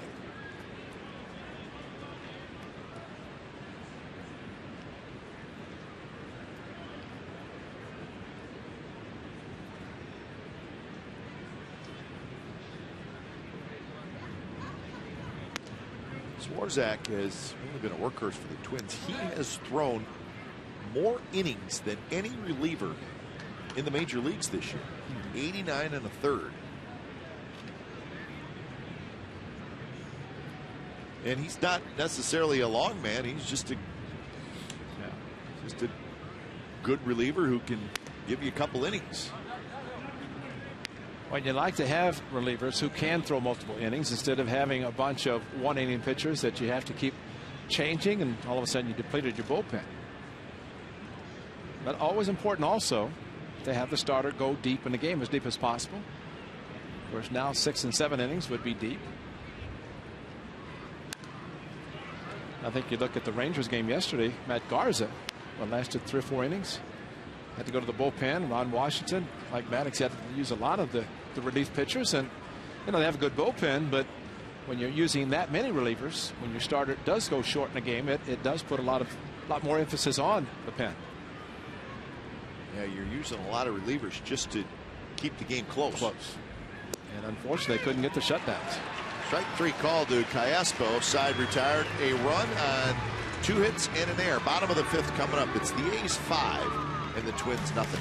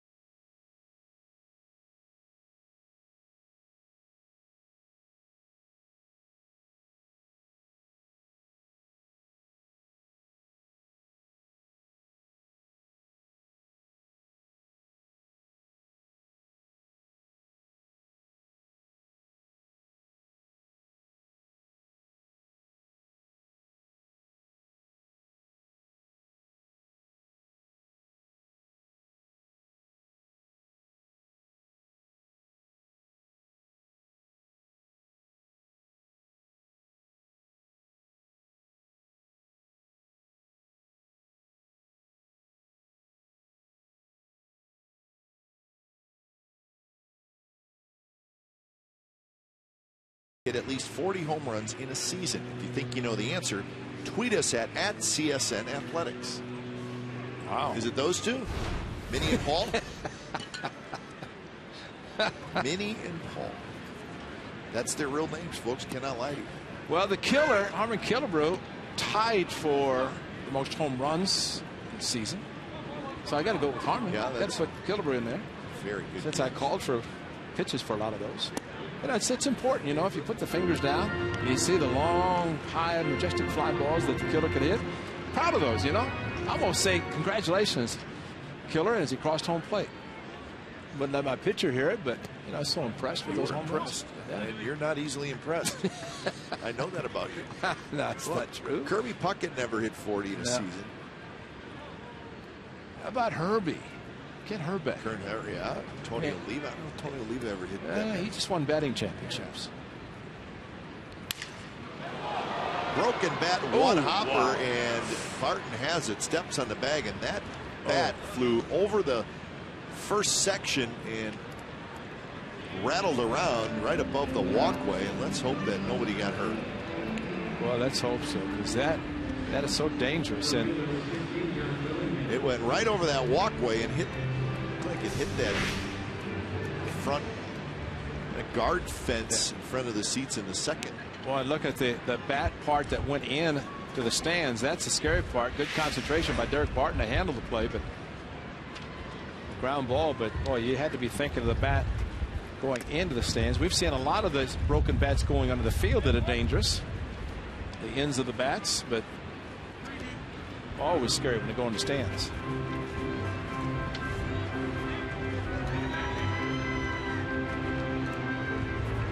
That's what Doman had left in his hand.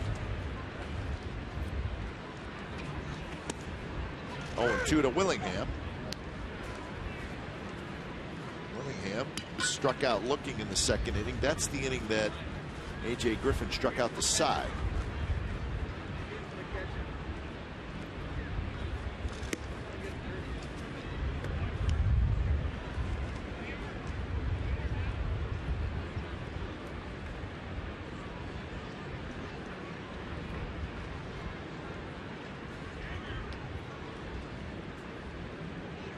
Like a big curveball, and that one stayed inside to Willingham.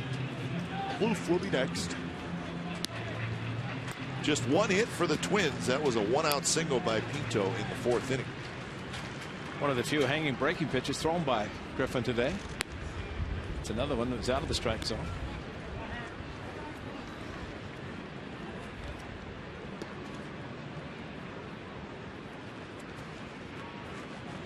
Griffin, I think he was a little frustrated after that pitch, goes for a walk. No, what happens, elbow drops down, gets under the ball, and as a result it floats and doesn't have the sharp bite to it when he stays on top. Like that. And he gets Willingham for the second time. So that is the seventh strikeout for A.J. Griffin.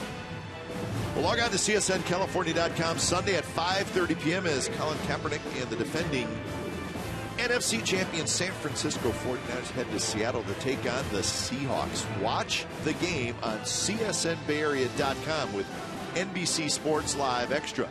For additional camera angles and interactive features you will not find anywhere else. That's good stuff. CSNBayArea.com, your interactive home for authentic Bay Area sports. Sunday night football game for the Niners and the Seahawks. Plouffe hits one to left, hits it pretty well. Young is right at the wall, and now he comes in a couple steps. He's got it side retired. It's a 3-up, 3-down inning, and we are on to the sixth from Target Field. A's with a 5-0 lead.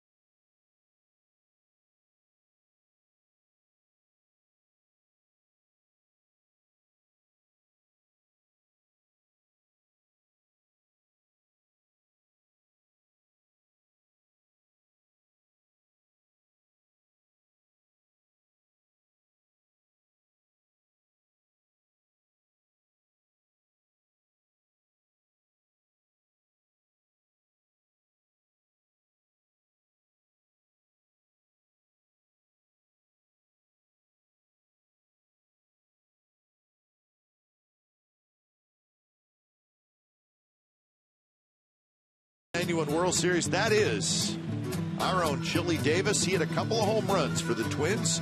Minnesota, of course, would win the World Series, beating the Atlanta Braves in 7 games. It was a sensational World Series, right down to the last out. And Chili had a couple of big home runs. Number 44, Chili Dog, Chili Davis. And who's that guy, Dan Gladden, giving high fives, too? Running around. Chili had some great years, 91, 92 for the Twins. 29 and 12 home runs. He was saying in 92, after that big 91 season, he was telling Dan Gladden, as the Gladden Man, working on radio, 14th season for the Gladden Man. But he was telling me, he says, you know, TK, Tom Kelly, wanted me platoon. It was David Bush, the outfielder, he wanted platoon. He said, platoon? I'm not a platoon hitter. And you see the home run drop from 29 to 12 from 91 to 92, and then went on to the Angels from there.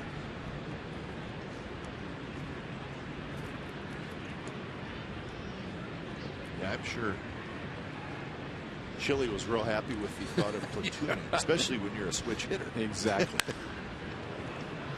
Right field, Arcia on the move. He's near the wall, and it's over his head. Young around second, and he's going to make it to third with a stand-up triple to lead off the top of the 6th inning. We talk about the importance of defense, and there you have it. It looked like a catchable ball that unfortunately, right fielder, the big glove, went after it. But Chris Young, with the 2 strikes and the fastball outside, hit it well, but it looked like it was going to be caught as Arcia took off after it, reached up, could not get it. Maybe fooled a little bit is how hard the ball was hit. Chris Young thinking 3 all the way. He has the sprinter speed to be able to get to third easily. Looking back, picking up the ball where it was, and knew it was on his own. So Reddick with a chance for an RBI.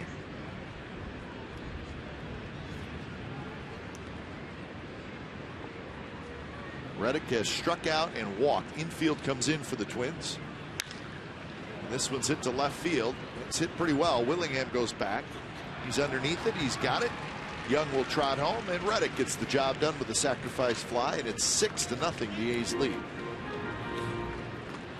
Good to see Reddick drive the outside fastball to the opposite field. Did not try to pull it. Been pitched a lot in that direction. Ball tailing away, went with it nicely, and actually drove it almost to the warning track in left field, which easily scored Young from third. So 1 out, a run in, and here's Norris.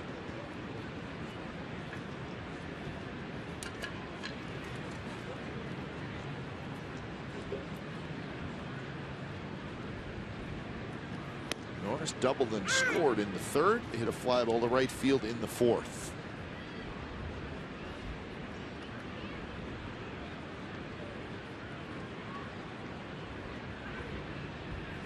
Swinging and a miss, a high fastball from Swarzak.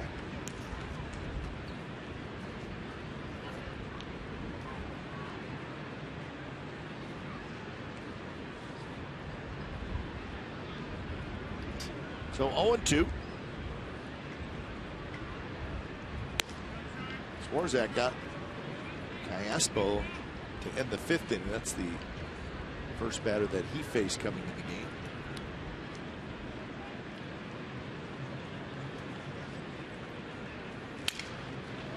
Broken bat, a little looper, and it drops into left field for a base hit. Well, so we're talking about the 1991 World Series, Ray. Well, here's one of the best moments, really one of the best moments in World Series history. Plexiglass in left field, and Kirby Puckett right up against the plexiglass between the Rod Carew and Tony Olivo retired jerseys, and what a great play by Puck. Talk about some elevation sensation. He went up and got it, brought it down, and then said jump on my back, hit the home run, and game 7. The rest is history.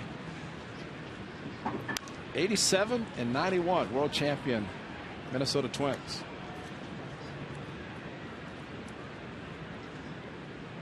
Kirby was great. What a great player. Probably the 10 best years you'd ever find from a player. Unfortunately passed away too soon, but yeah, Cooperstown and kind of look at your 10 years and your best 10 years of your career. And for Kirby, it was shortened because of some eye problems. But I think whenever he first joined the Twins, I think he joined them in Anaheim. And a cab ride cost him about $200 because he went to the wrong park. Dodger Stadium. And you know who roomed with him in the first was Ron Washington. Wash was playing for the Twins, and they wanted Kirby to room with Ron Washington because he had a rookie, and Wash was a veteran. And he said, "You'll learn a lot about the game and how to play the game." And Wash and he were roommates. Kirby Puckett, what a great guy. Always energetic. 3-1 now to Derek Barton.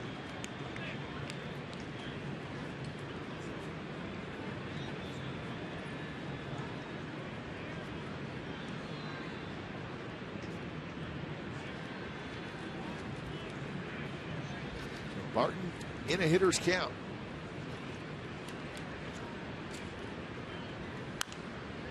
Well, I think Kirby Puckett would have liked this ballpark playing defense. Oh, yeah. He may not have liked it as much hitting here because it is a big ballpark. But he would have roamed center field putting on a show. But yeah, he's smart enough as a hitter to use the whole field depending on where he played. And the dimensions here might have been tougher to hit. Home runs to left field, left center, but I go to right field, hit a lot of doubles, triples. Runner goes, and that ball is ripped to right field, and the right fielder Garcia is going to get over there. Hustling back is Norris. That is out number 2. So let's go back to game 6. Remember, this is how it ended. He'll be followed by Davis and then back. Into deep left center from Mitchell. And we'll see you tomorrow night.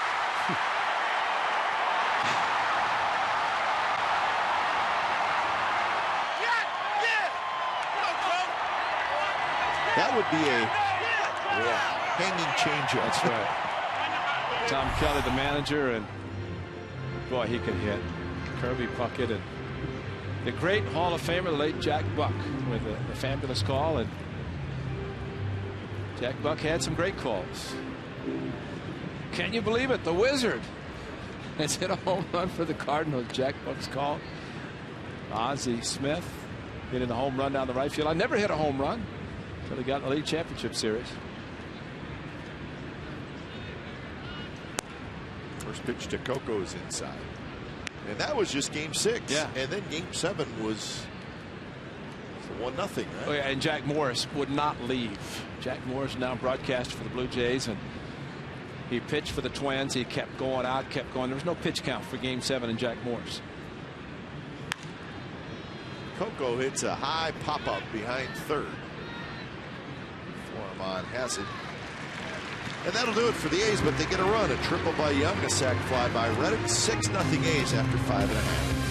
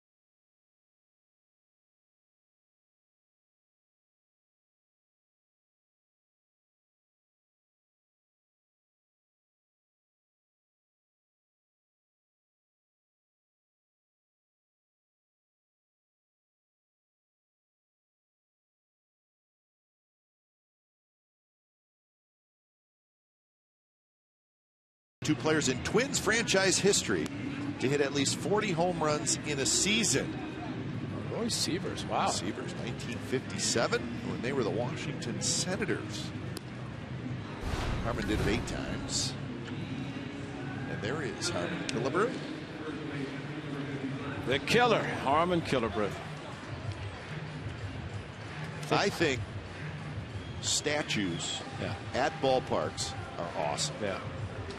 Kirby Puckett behind him. That's that cool. that running around the bases, game 6. Saw the ones in Pittsburgh. Yeah. Willie Stargell. Oh, yeah. Clemente. Huge. They were huge. These are big too. That's great. Outside of the stadiums. Plus, in all honesty, Ray, they're meeting points. I mean, people say, hey, you know what? We'll meet at the Killebrew statue. Happens all the time. Absolutely. And, you know, the Kirby Puckett statue, that young man was holding the ball that Vogt hit out of the stadium last night. That's right. That one is belted to center. Koch goes in front of the wall, and he's got it. So, Colabello put a charge into it, but comes up just a bit short, and that's out number 1 here in the bottom of the 6th inning. Kirby Puckett statue, and I think of the great Harmon Killebrew when I first came up and did all those monster home runs. He was a third baseman originally, and then I think it hurt his hamstring playing first base in an all-star game. Went out to stretch, but a gentleman, as we have mentioned in this series, but when he was playing third base and I first came up, I hit a ground ball to him and I beat it out. And I'll never forget when he came up to hit the next time. He said, "You smart punk." I mean, such a nice guy. But he said, "Catchers aren't supposed to run." I said, "Well, I won't be able to eventually, but I haven't caught enough right now." But talk to me in 2 years. Exactly. But I never forget that from one of the greatest players of all time. The fact that I got him. But I also called a lot of his home runs. 0-2 pitch, a breaking ball in the dirt. Throw to first, and that is strikeout number 8 for Griffin. A.J. Griffin is just rolling along. He had 9 on his last start against Houston, which was tops of this curveball, and even greater that he was able to throw it in the dirt, a chase curveball, and Derek Norris able to block it, chased Florimont, but there's a catcher couldn't catch up to the shortstop with his speed, so ended up throwing him out. A little smile from Derek Norris, but you have to appreciate a hitter fooled on a breaking ball, still running it out hard to first. So 2 outs, top of the order, Alex Presley, who's 0 for 2. Twins only have 1 hit.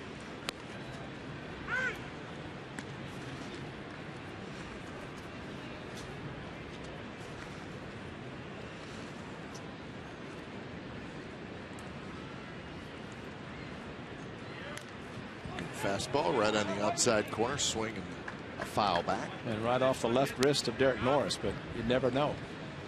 Now he took his catcher's mitt off and feeling a little bit. Watch the left wrist of Derek Norris on this foul ball as he reaches forward and just off the bat, home right there. Aye.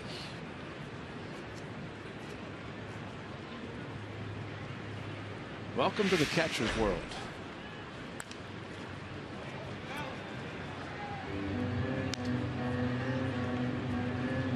You see the mask that Derek Norris is wearing, also a lot of padding on his forehead and his chin, wrist, or not wrist, but his chin and cheeks.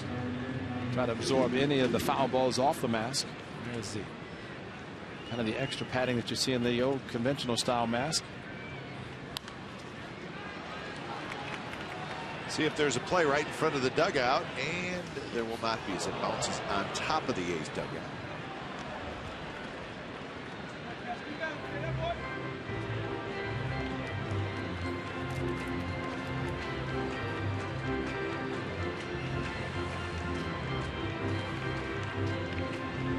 So 1-2 pitch number 90 coming up for Griffin.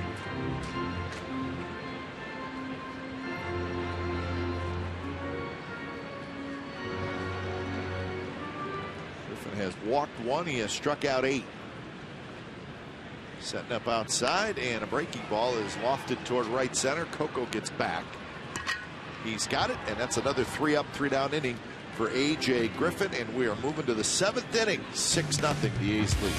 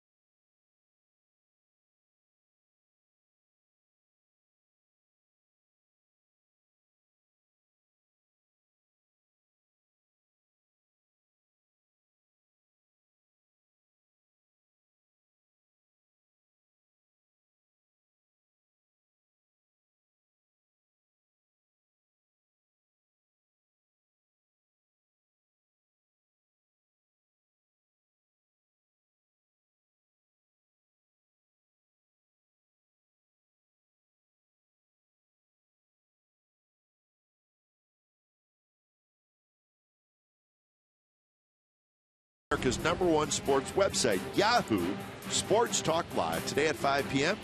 Jim's guests include 49er linebacker Navarro Bowman, former Seahawks receiver Steve Largent, and Melanie Collins, Yahoo Sports correspondent. And maybe our good friend Jim Cosmore will sneak in a segment about the Athletics. We're trying to extend their lead to 3.5 in the AL West. They have a 6-0 lead. And when it's time for change, think Speedy Oil Change and Tune-Up, your oil change, tune-up, and smog expert. So new pitcher Jerome Martis comes in. So Anthony Swarzak goes an inning and a third.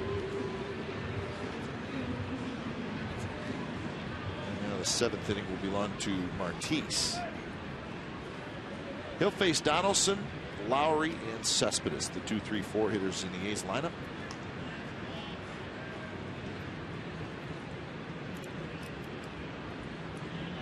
So Swarzak gives up a couple of hits and a run. Martinez last night pitched 1 inning, the 8th inning, and only 2 innings in which the Twins set down the A's in order, and he was one of them in the 8th inning with a couple of strikeouts.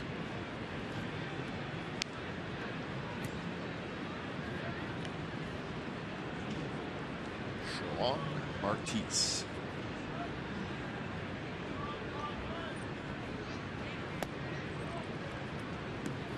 Three 3-0 now to Donaldson, who has hit a fly ball to right. He's walked and scored, and he has singled in a run.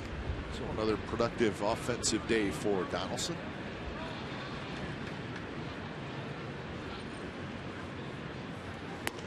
And a 4-pitch walk to open up the 7th inning. So much for the 1-2-3 inning.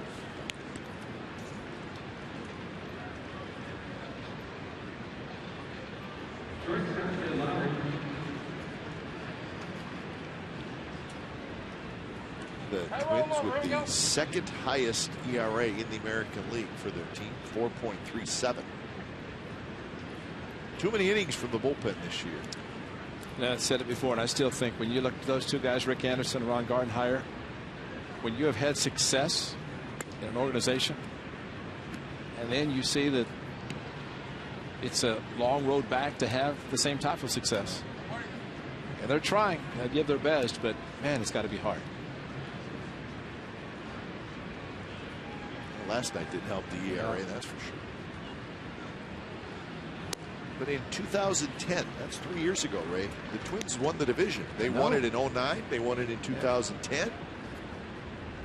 But in 2011, that's where the real surprise hit, because they had a lot of the same players, figured they were going to be good again, and they lost 99 games. And actually brought Terry Ryan back as a result of that, but finished 5th in 11 and 12, and only the White Sox are playing worse than them this year. And then last year they lost 96 games. They have had the worst record in the American League 2 consecutive years. And that is hard to believe.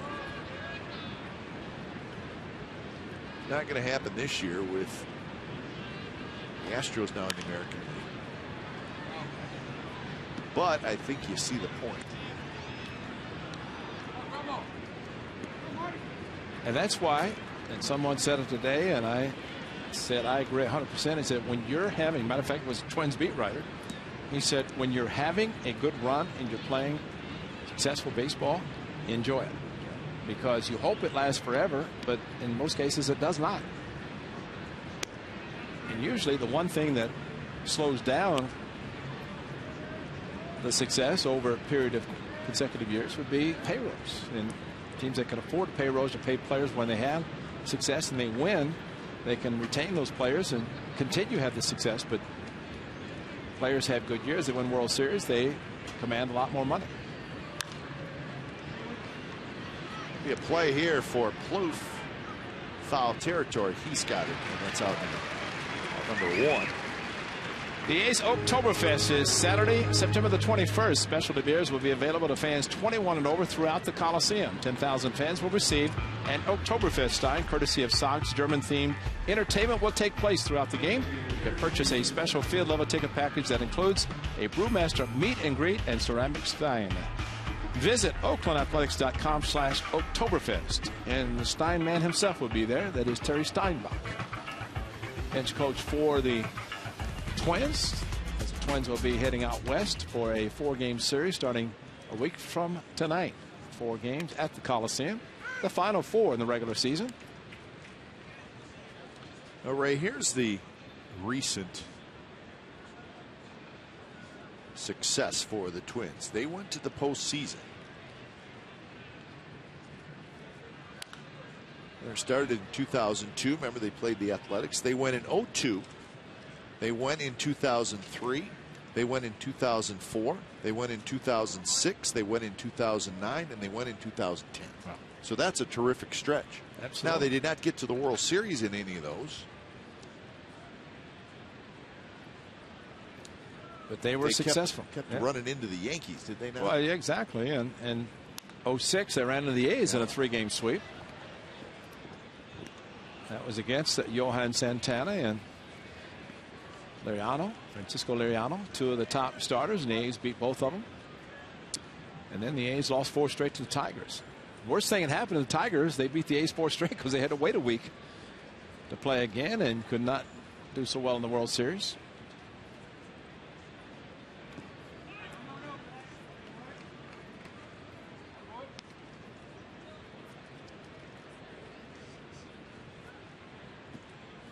Well, of course, the postseason, the 2 wild card teams play that 1 game, and then the winner of that would play the team with the best record. And they will host that first round, which looks like Boston right now would be the team hosting first round, the wild card. Cespedes strikes out. That's the second out here in the 7th. Well, Marti stayed inside every pitch to Cespedes. He kept fouling and finally took something off the pitch and got a strikeout. Where it ends up, down and in, and the fact that it was off speed fooled Cespedes.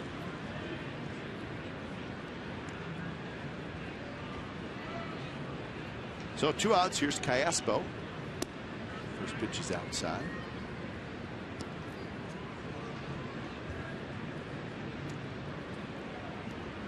Braves are still winning that game. It's now 6-1 in the 9th inning. The Braves are getting very close to winning their division.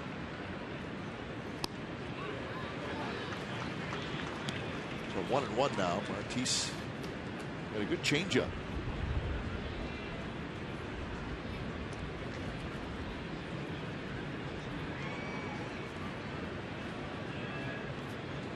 Short lead for Donaldson at first.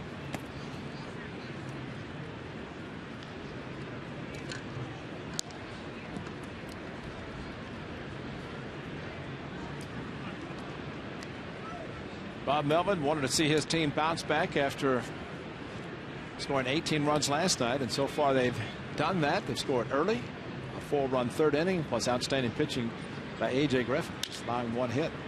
This one's flipped toward left. Willingham went back. Now he's got to hustle in. He's got it. Side retired. 7th inning stretch from Target Field. It's the A's with a 6-0 lead.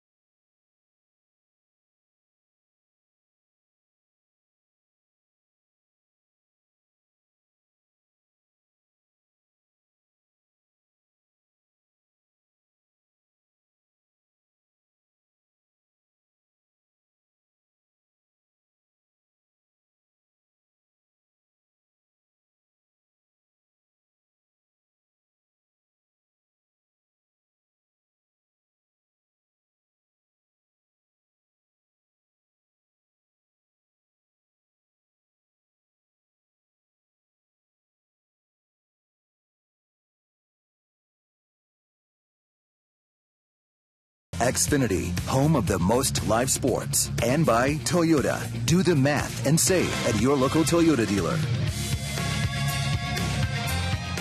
We got in-depth sports news for the Bay Area fan. Go deep with Sportsnet Central, brought to you by AT&T Uverse, and it's this evening at 6 p.m. and it's over on our sister station Comcast Sportsnet Bay Area. All the highlights from this game here in Minneapolis. Battle in Seattle with the 49ers getting set to take on the Seahawks. Get a report from Seattle. Sharks are underway. The first practice of the season, so David Feldman, Ahmed Fareed will host it. What is a very busy time in Bay Area sports. Sharks underway. Pinto skies one to center. Coco backpedaling. Step from the track. He's got it, and that's out number one. So A.J. Griffin is on cruise control right now. He's retired 8 in a row. He's given up just one hit, one walk. In fact, they were back-to-back in the fourth inning and 8 strikeouts. So A.J. Griffin is dealing. The A's with a 6-0 lead. Dozier hits. Dozier walked in the fourth.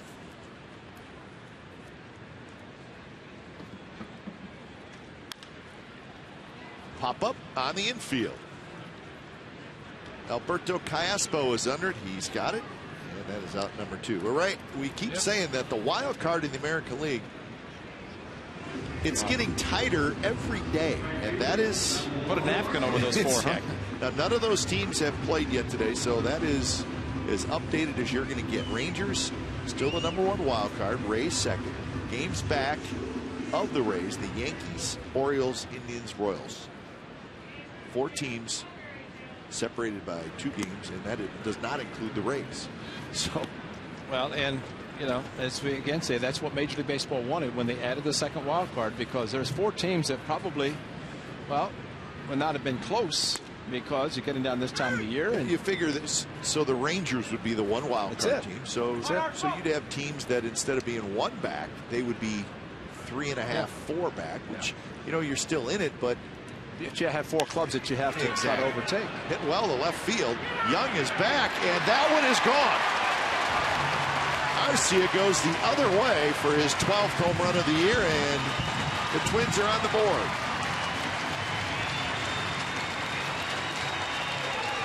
Well, A.J. Griffin was hopeful of getting through this game without giving up a home run. He did not in his last start against the Astros. Did not against Cleveland. And really not a bad pitch. You tip your hat to the hitter. Fastball away. And this young man, Arcia, is a very powerful young man. I saw him hit a changeup in right center field. Walkway, second deck. And Young was hopeful of the ball coming back, but. So Doman lines out, and the inning is over, but the Twins get a run on Arcia's 12th home run of the year. 8th inning coming up. It's the A's 6 and the Twins 1.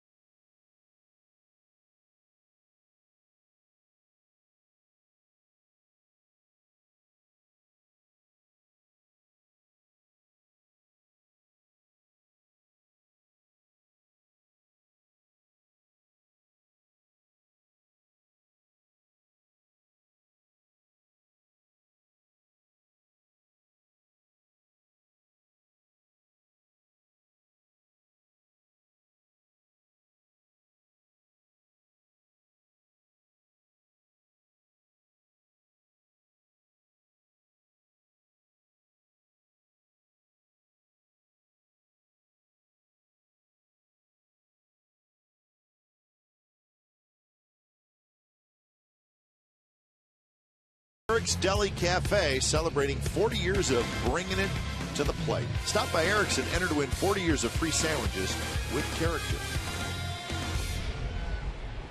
6-1, the A's lead the Twins.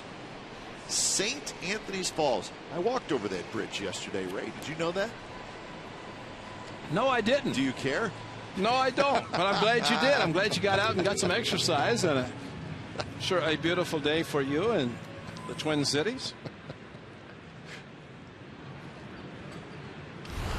I don't even know why That's I told impressive. you that. No, that's. Well, I don't expect you to care. Well, no. Doesn't mean you don't like me. It just means. No, I'm very really proud of you because I know you get out and walk the streets in daytime. At daytime. Try not to do it at night too much. No, but I mean, you want to see the sights. That's right. I do. Get some exercise. It's a shot foul. But no, it's. You can recognize a bridge when you see it on TV. Yeah. You know, Birdie or Blair take the cameras out and shoot all the great sights. That's right. So you can recognize the bridge, the cities, and all the other good things that happen. Top of the 8th inning. I want to just know next April if you're going to be walking around before the opener for the Twins with your snowshoes on. That's a good point. If it's cold, that would be a no. And it probably will be cold. Brian Dunsing is the new pitcher. So Dunsing, the 4th pitcher of the afternoon for the Twins. Dan Otero is up for the A's.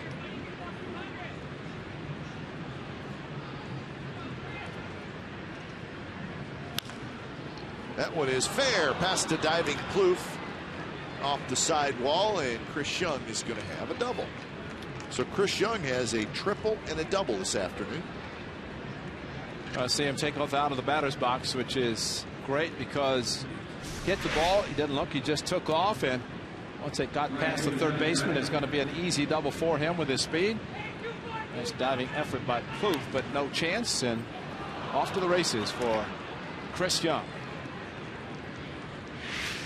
It's always great. You round first and you kind of shut her down because it's going to be a stand-up double. So Reddick will hit. Reddick takes a bit outside. Reddick has struck out, walked, and hit a sacrifice fly.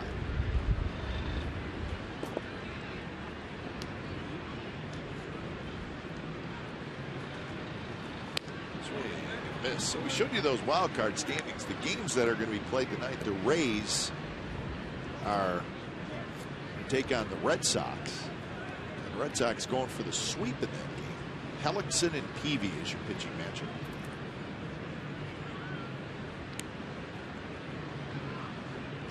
The Red Sox are playing great. The Rays are scuffling. And then this weekend, the Rays will be here. That's right. And the Red Sox will host the Yankees. So Rays and Red Sox tonight wrapping up their series.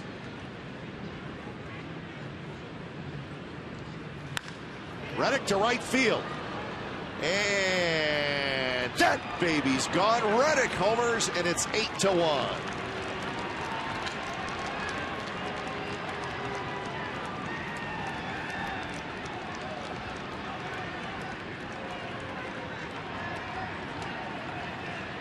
So home run number 11 for Josh Reddick, and he has a 3 RBI game, and that's a good sign.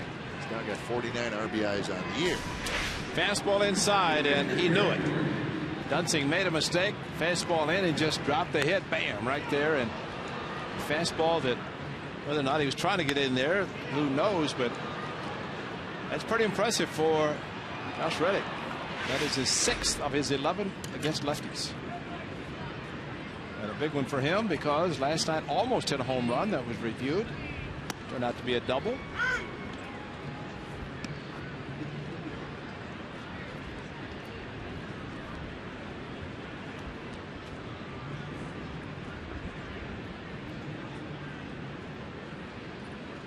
On 1 to Norris.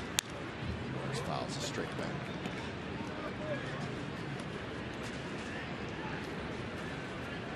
Norris has had a single and a double, so he's 2 for 3.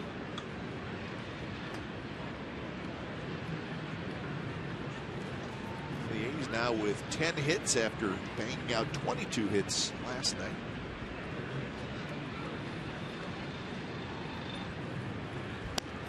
Inside, and it's 1-1.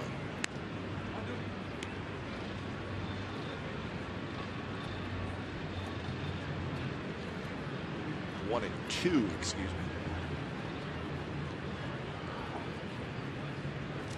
Well, after RC with a home run, then Josh Reddick comes back and doubles it.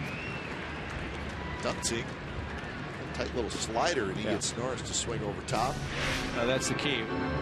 This is the way he normally throws. That pitch that's out of the strike zone, but goes to the back foot of the right-hander. And it looks so good, but turns out to be so bad. But swinging over it, nothing you could do. So 1 out.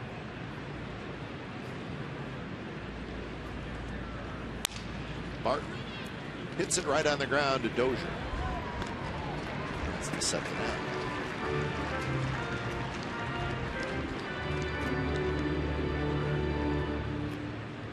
You know, Ray, Brian Dunsing, who we've seen now, he's been in the big leagues for a while. He's a little bit of the example of what we're talking about with the Twins and their pitching staff. A couple years ago, we saw Dunsing, and remember he pitched really well against the A's. Absolutely, and a starter. Yeah, I think they were kind of thinking, hey, you know what? This guy's got a chance to be a good young left-hander. 2010, he was 10-3, started some, pitched well out of the bullpen. But then the last 2 years, ERA's over 5. What a great memory you have, my friend, because wasn't it a complete game? 2010 on August the 14th, 9 innings, it's a shutout, first career shutout, struck out 4, a couple of walks, 103 pitches, which is outstanding considering against a team that makes you throw strikes. So he definitely threw strikes. In 2011, he goes 9-14 with an ERA of 5.23. Last year, 4-12, ERA of 5.12. Yeah. It's almost like they regress. Exactly. And I'm sure that's very frustrating for the organization. It's got to be hugely frustrating.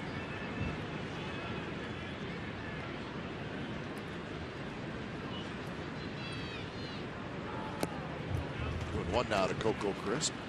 You know, as much as we talk about that, I guess in hindsight, you look at the overall lack of success for a team, and you have certain elements that you'd like to see them continue their success, but all of a sudden maybe they fall into that same role of others who don't have it, that you'd like to be selfish in a sense in a losing effort to improve yourself and at least continue to improve.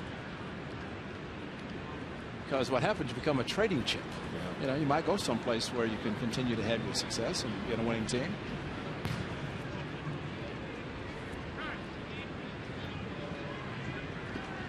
Coco Crisp is 0 for 4, but he has scored twice, and he has driven in a run, and he has stolen a base. He reached on a fielder's choice, and he reached on an error. Not close, and now it's 3-2.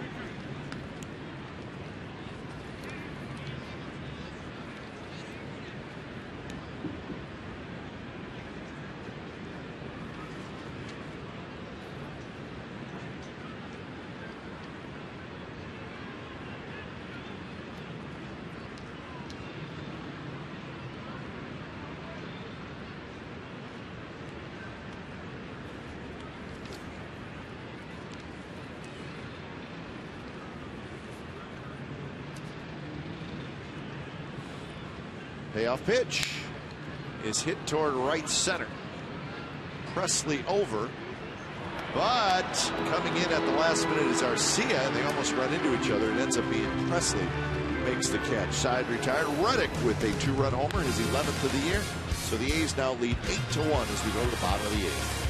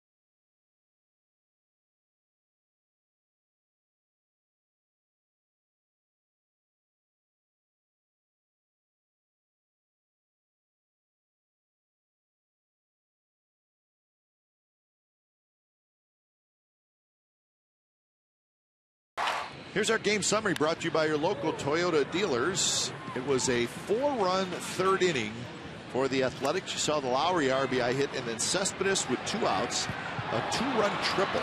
So it was 4-0 A's after 3 innings. They would add another run in the 5th inning. Donaldson with an RBI single. A's would get another run in the 6th inning. They would get 2 more in the 8th inning.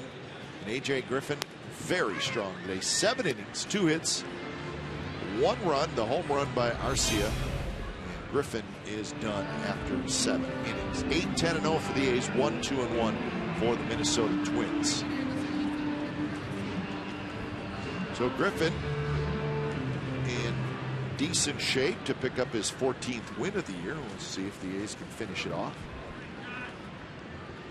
And another short start for a Twins starter.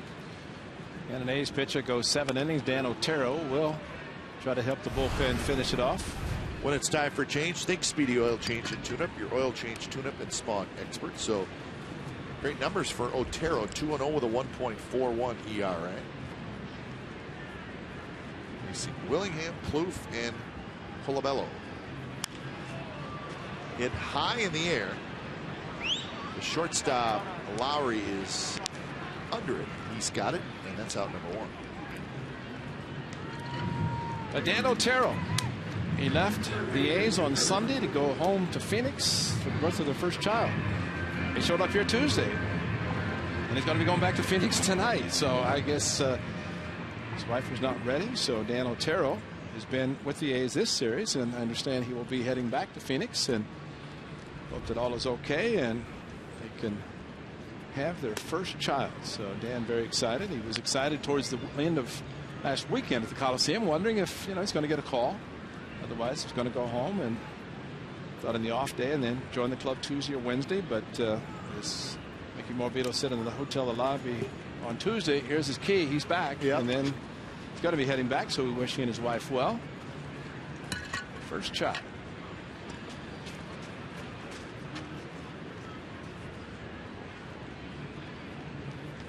Trevor Plouffe steps out. He's got something in his eye.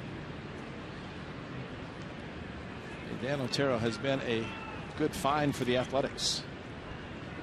Picked him up, and a good sinker ball pitcher coming out of the A's bullpen. And anytime you can have a sinker ball pitcher, keep the ball on the ground, that usually is going to work out.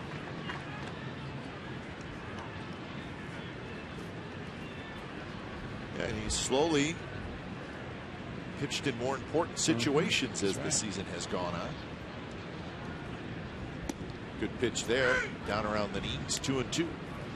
Remember when Chad Bradford was acquired from the White Sox, coming off back surgery. Of course, a submariner. But the A's got him anyway because his ground ball to fly ball ratio was so great. He pitched and kept the ball on the ground, and that's what you want when you have a relief pitcher coming in, especially in situations where you don't want one long ball to end up hurting you, as we have seen all too often. But Young knows that Dan Otero is the type of pitcher that more times than not he's going to throw a change up here. See how it works against this hitter. Throwing hard, but had the movement on it, going away from it.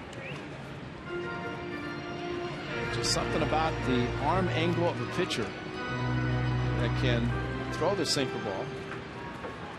You get double play ground balls. You get ground balls in general. It's always going to work out that well. And that one is kicked toward home plate, and Plouffe is going to have a base hit. So Otero went for the kick save, and actually got pretty good leather on it. Wow. Let's hope he's okay. Let's hope he hit it on the side of the foot where almost came back. If Derek Norris comes out from behind the plate, he probably catches it on the rebound. There's your kick, and then Derek just not expecting that to happen, but it rolled almost all the way back to home plate. Typically, once Otero made contact with his foot, he had no idea where the ball was. So it will be just the third hit for the Twins. Colabello will step into the box. Colabello is 0 for 2. Got robbed of a hit by Callaspo in the third inning. Tapped down the third baseline. It's a fair ball, and they got him. Donaldson. Wow. really made a nice play. It looked like the ball was going to go foul, but he charged in, picked it up, and gunned it across, and they got Colabello. And Josh talking to Dale Scott, but really you have to make the play and then worry about it. If he lets the ball go, it hits the bag, it's going to be a fair ball anyway. So again, Derek Barton, tremendous stretch at first. Donaldson getting the ball in front of the bag and throwing, and just by half a step getting Colabello going down. But Derek Barton, if anybody stretches any better than him, I don't know who it is. That hurts just watching. Ugh. So 2 outs. Plouffe is at second. But Donaldson, maybe talking to Dale Scott, usually on a ball like that, it's the home plate umpire's call because the ball has not reached third base. But when in doubt, you make the play and then worry about later whether it's fair or foul. Donaldson, a very strong arm, quick release, and able to get Colabello.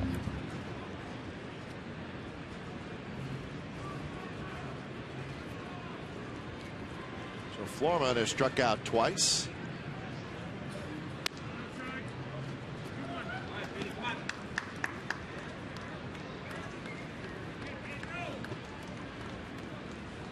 Florman got a hit in his first at bat in this series. He's not had one since.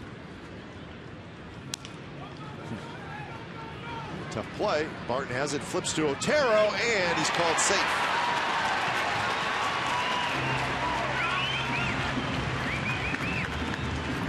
Florman, very good speed running down the line.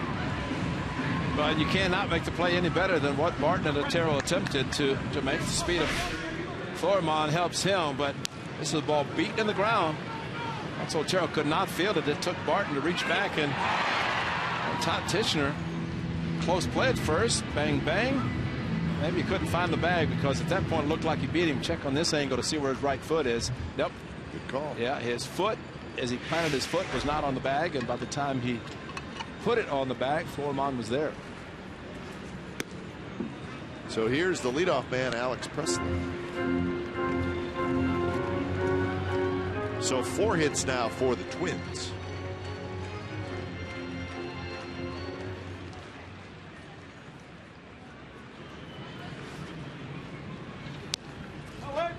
Good pitch there, sinker at the knees.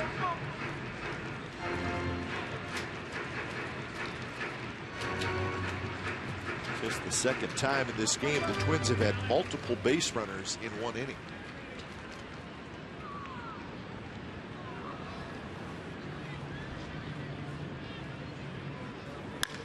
That one's hit hard into right center field, and that's a hit, and it's going to be a run. Florman rounds the bag and goes to third. Plouffe comes in to score, and Alex Presley has an RBI single. And Dan Otero, except for the pop-up off the bat of Willingham, has gotten exactly what he wanted, the ground balls. But you know, we were talking about Trevor Cahill. Remember the great season he had with the A's, something like 19 wins in 5 months? Ground ball pitcher, and you look at a ground ball pitcher, the difference of a ball going to a fielder or a couple of feet either side, instead of an out, it's a base hit. Yep. And exactly what has happened to Otero in this inning. He's getting the ground balls, but last one just to the right of Callaspo. Here's Pinto, 1 for 3.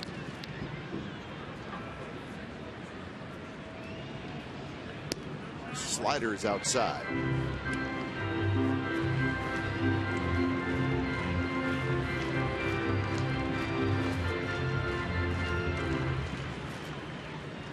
Pinto's hit was a single in the 4th inning. Called strike to even up the count at 1-1. The Yankees will be at the Orioles tonight. That's the 4th and final game of that series. The Yankees have won 2 of the first 3. Hughes and Chen is the pitching matchup there. Yankees 1 back in that wild card. So the Yankees and the Red Sox will play this weekend. The Orioles will go to Toronto.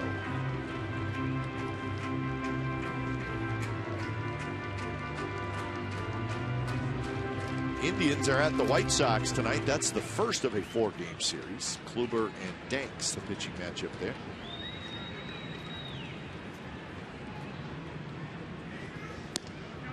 Just missed 2-2 the count. The Royals have the day off. The Royals will be at Detroit this weekend. Didn't the Royals just host the Tigers? They did, yeah last weekend. Tapper, and it will stay foul. So that is the schedule for tonight and for the weekend, with those teams battling for the 2 wild card spots.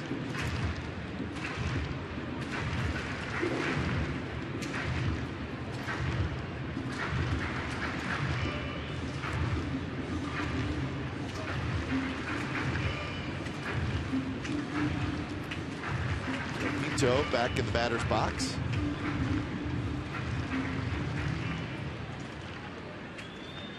Well, action out in that A's bullpen now. Swing and a miss, down and in, and Pinto swings over top. So a run on 3 hits for the Twins. So we're headed to the 9th. It's the A's 8 and the Twins 2.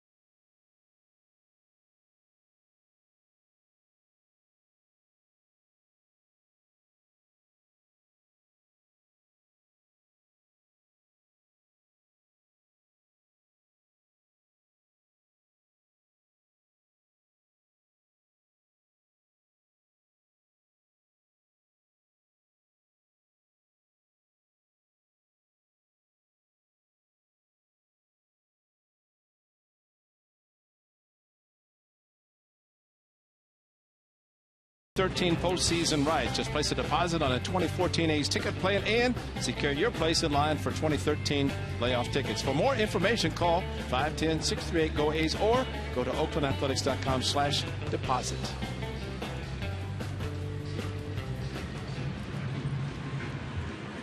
The A's leading 8-2, trying to take 2 out of 3 from the Twins here in Minneapolis before heading to Arlington, Texas for the big series this weekend.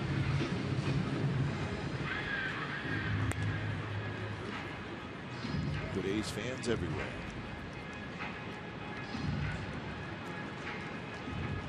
So when it's time for a change, think Speedy Oil Change and Tune-Up, your oil change, tune-up, and smog experts. Jared Burton comes in. Appearance number 67 for the right-hander. 2-9 with a 3.94 ERA.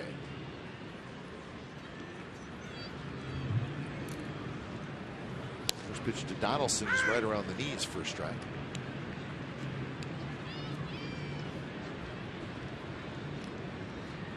Donaldson, Lowry, and Cespedes here in the 9th inning. Donaldson with a couple of walks, a single, an RBI, and a run scored. He's going to be retired here, 5-3 on the putout. So 1 out, and Lowry will hit.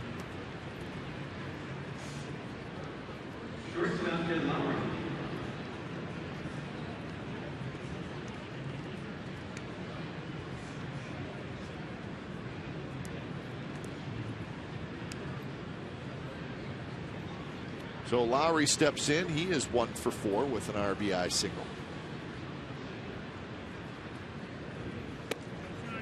26,138 is the attendance this afternoon.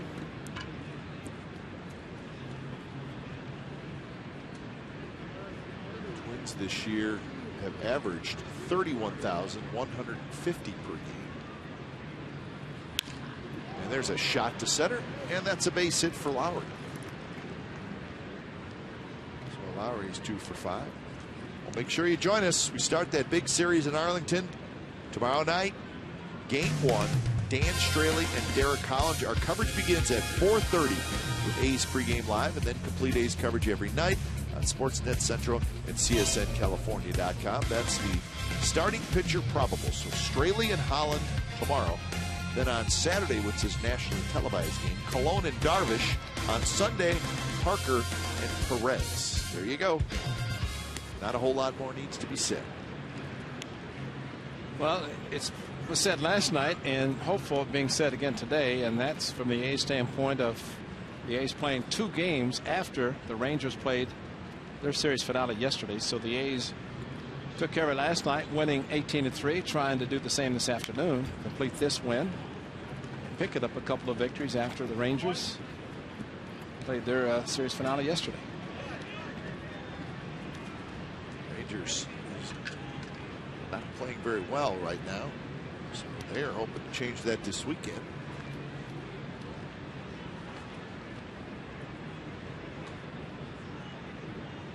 Oh, 2 to Yoenis Cespedes, who has a single and a triple, and he hits this one hard to third. Out at second, and the relay throw to first, and that's a double play. 5-4-3, and that'll do it for the A's in the top of the 9th. Bottom of the 9th coming up. A's 8, Twins 2.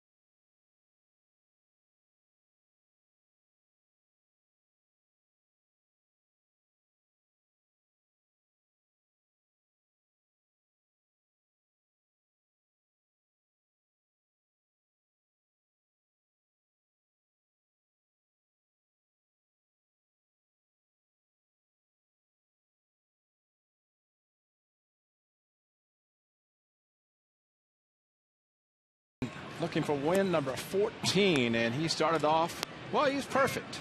Matter of fact, he was perfect until the 4th inning when he gave up a base hit to Pinto on a hanging breaking ball, but he was outstanding. He used all of his pitches this afternoon in seven great innings. Great innings for 7 and 8 strikeouts.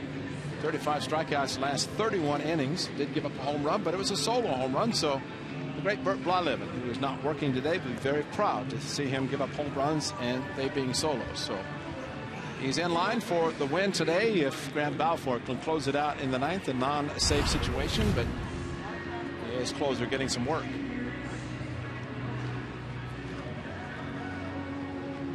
So the A's with a 6-run lead. They're pretty tight in the dugout. Yeah. They usually are, especially if Colon's around. So here's Grant Balfour. 2.59 ERA for Balfour, who last pitched on Friday against the Astros.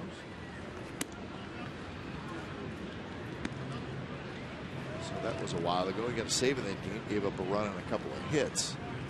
He'll face Dozier, Arcia, Doman.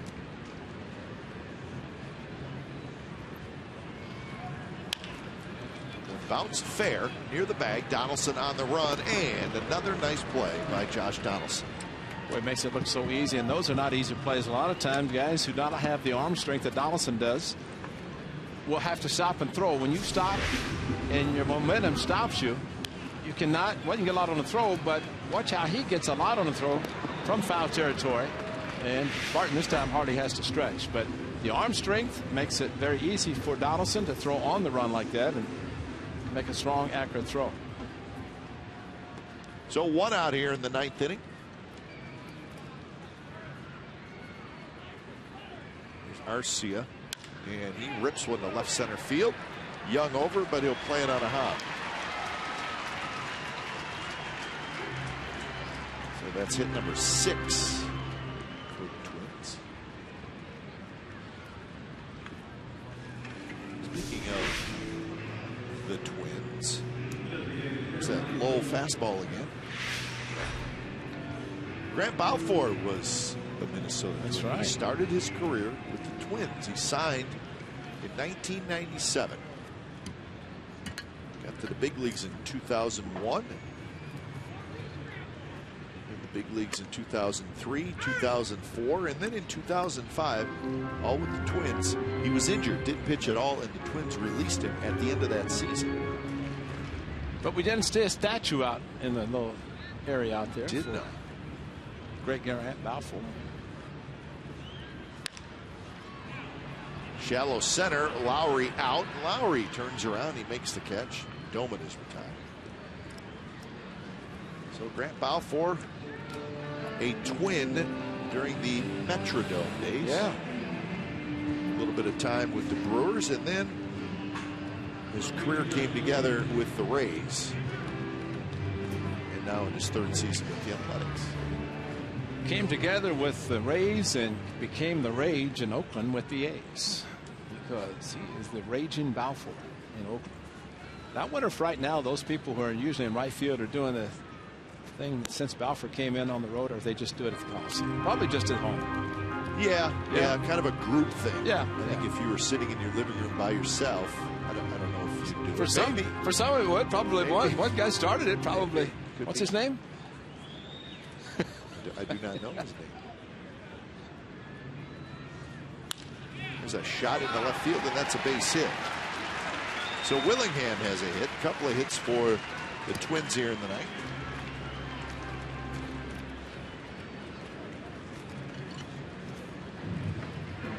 Willingham, as we have seen, unfortunately, a single last night against Sonny Gray and a single this afternoon. A.J. Griffin got him a couple of times. First 2 times strikeouts, changeups, one a called 3rd strike. Second swing and miss down, and then popped him up. That was Otero popped him up last inning. So Trevor Plouffe will hit.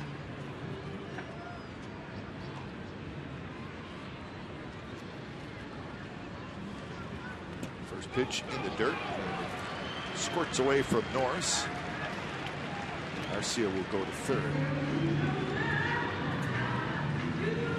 So it'll be a wild pitch.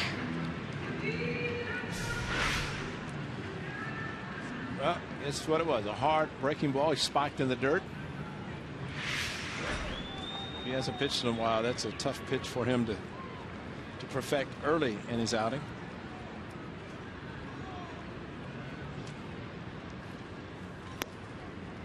Strike on the outside corner to Plouffe.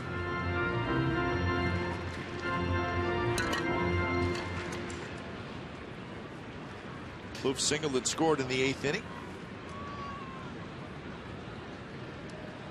Remember, A's Postgame Live is coming up right after the ball game.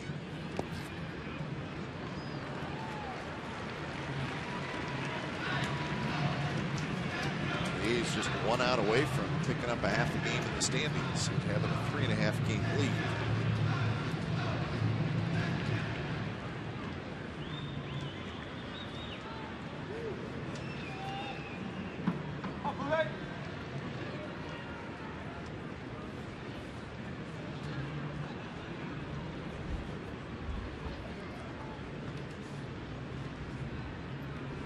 Pitch.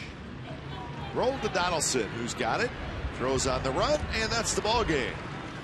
So the Twins strand a pair, and the A's win it this afternoon here in Minnesota by a final score of 8-2, and they come back to win the final 2 games of the series and win the series 2-1. So they will head to Arlington for the big series against the Rangers with a 3.5 game lead in the West. 8-2 is your final.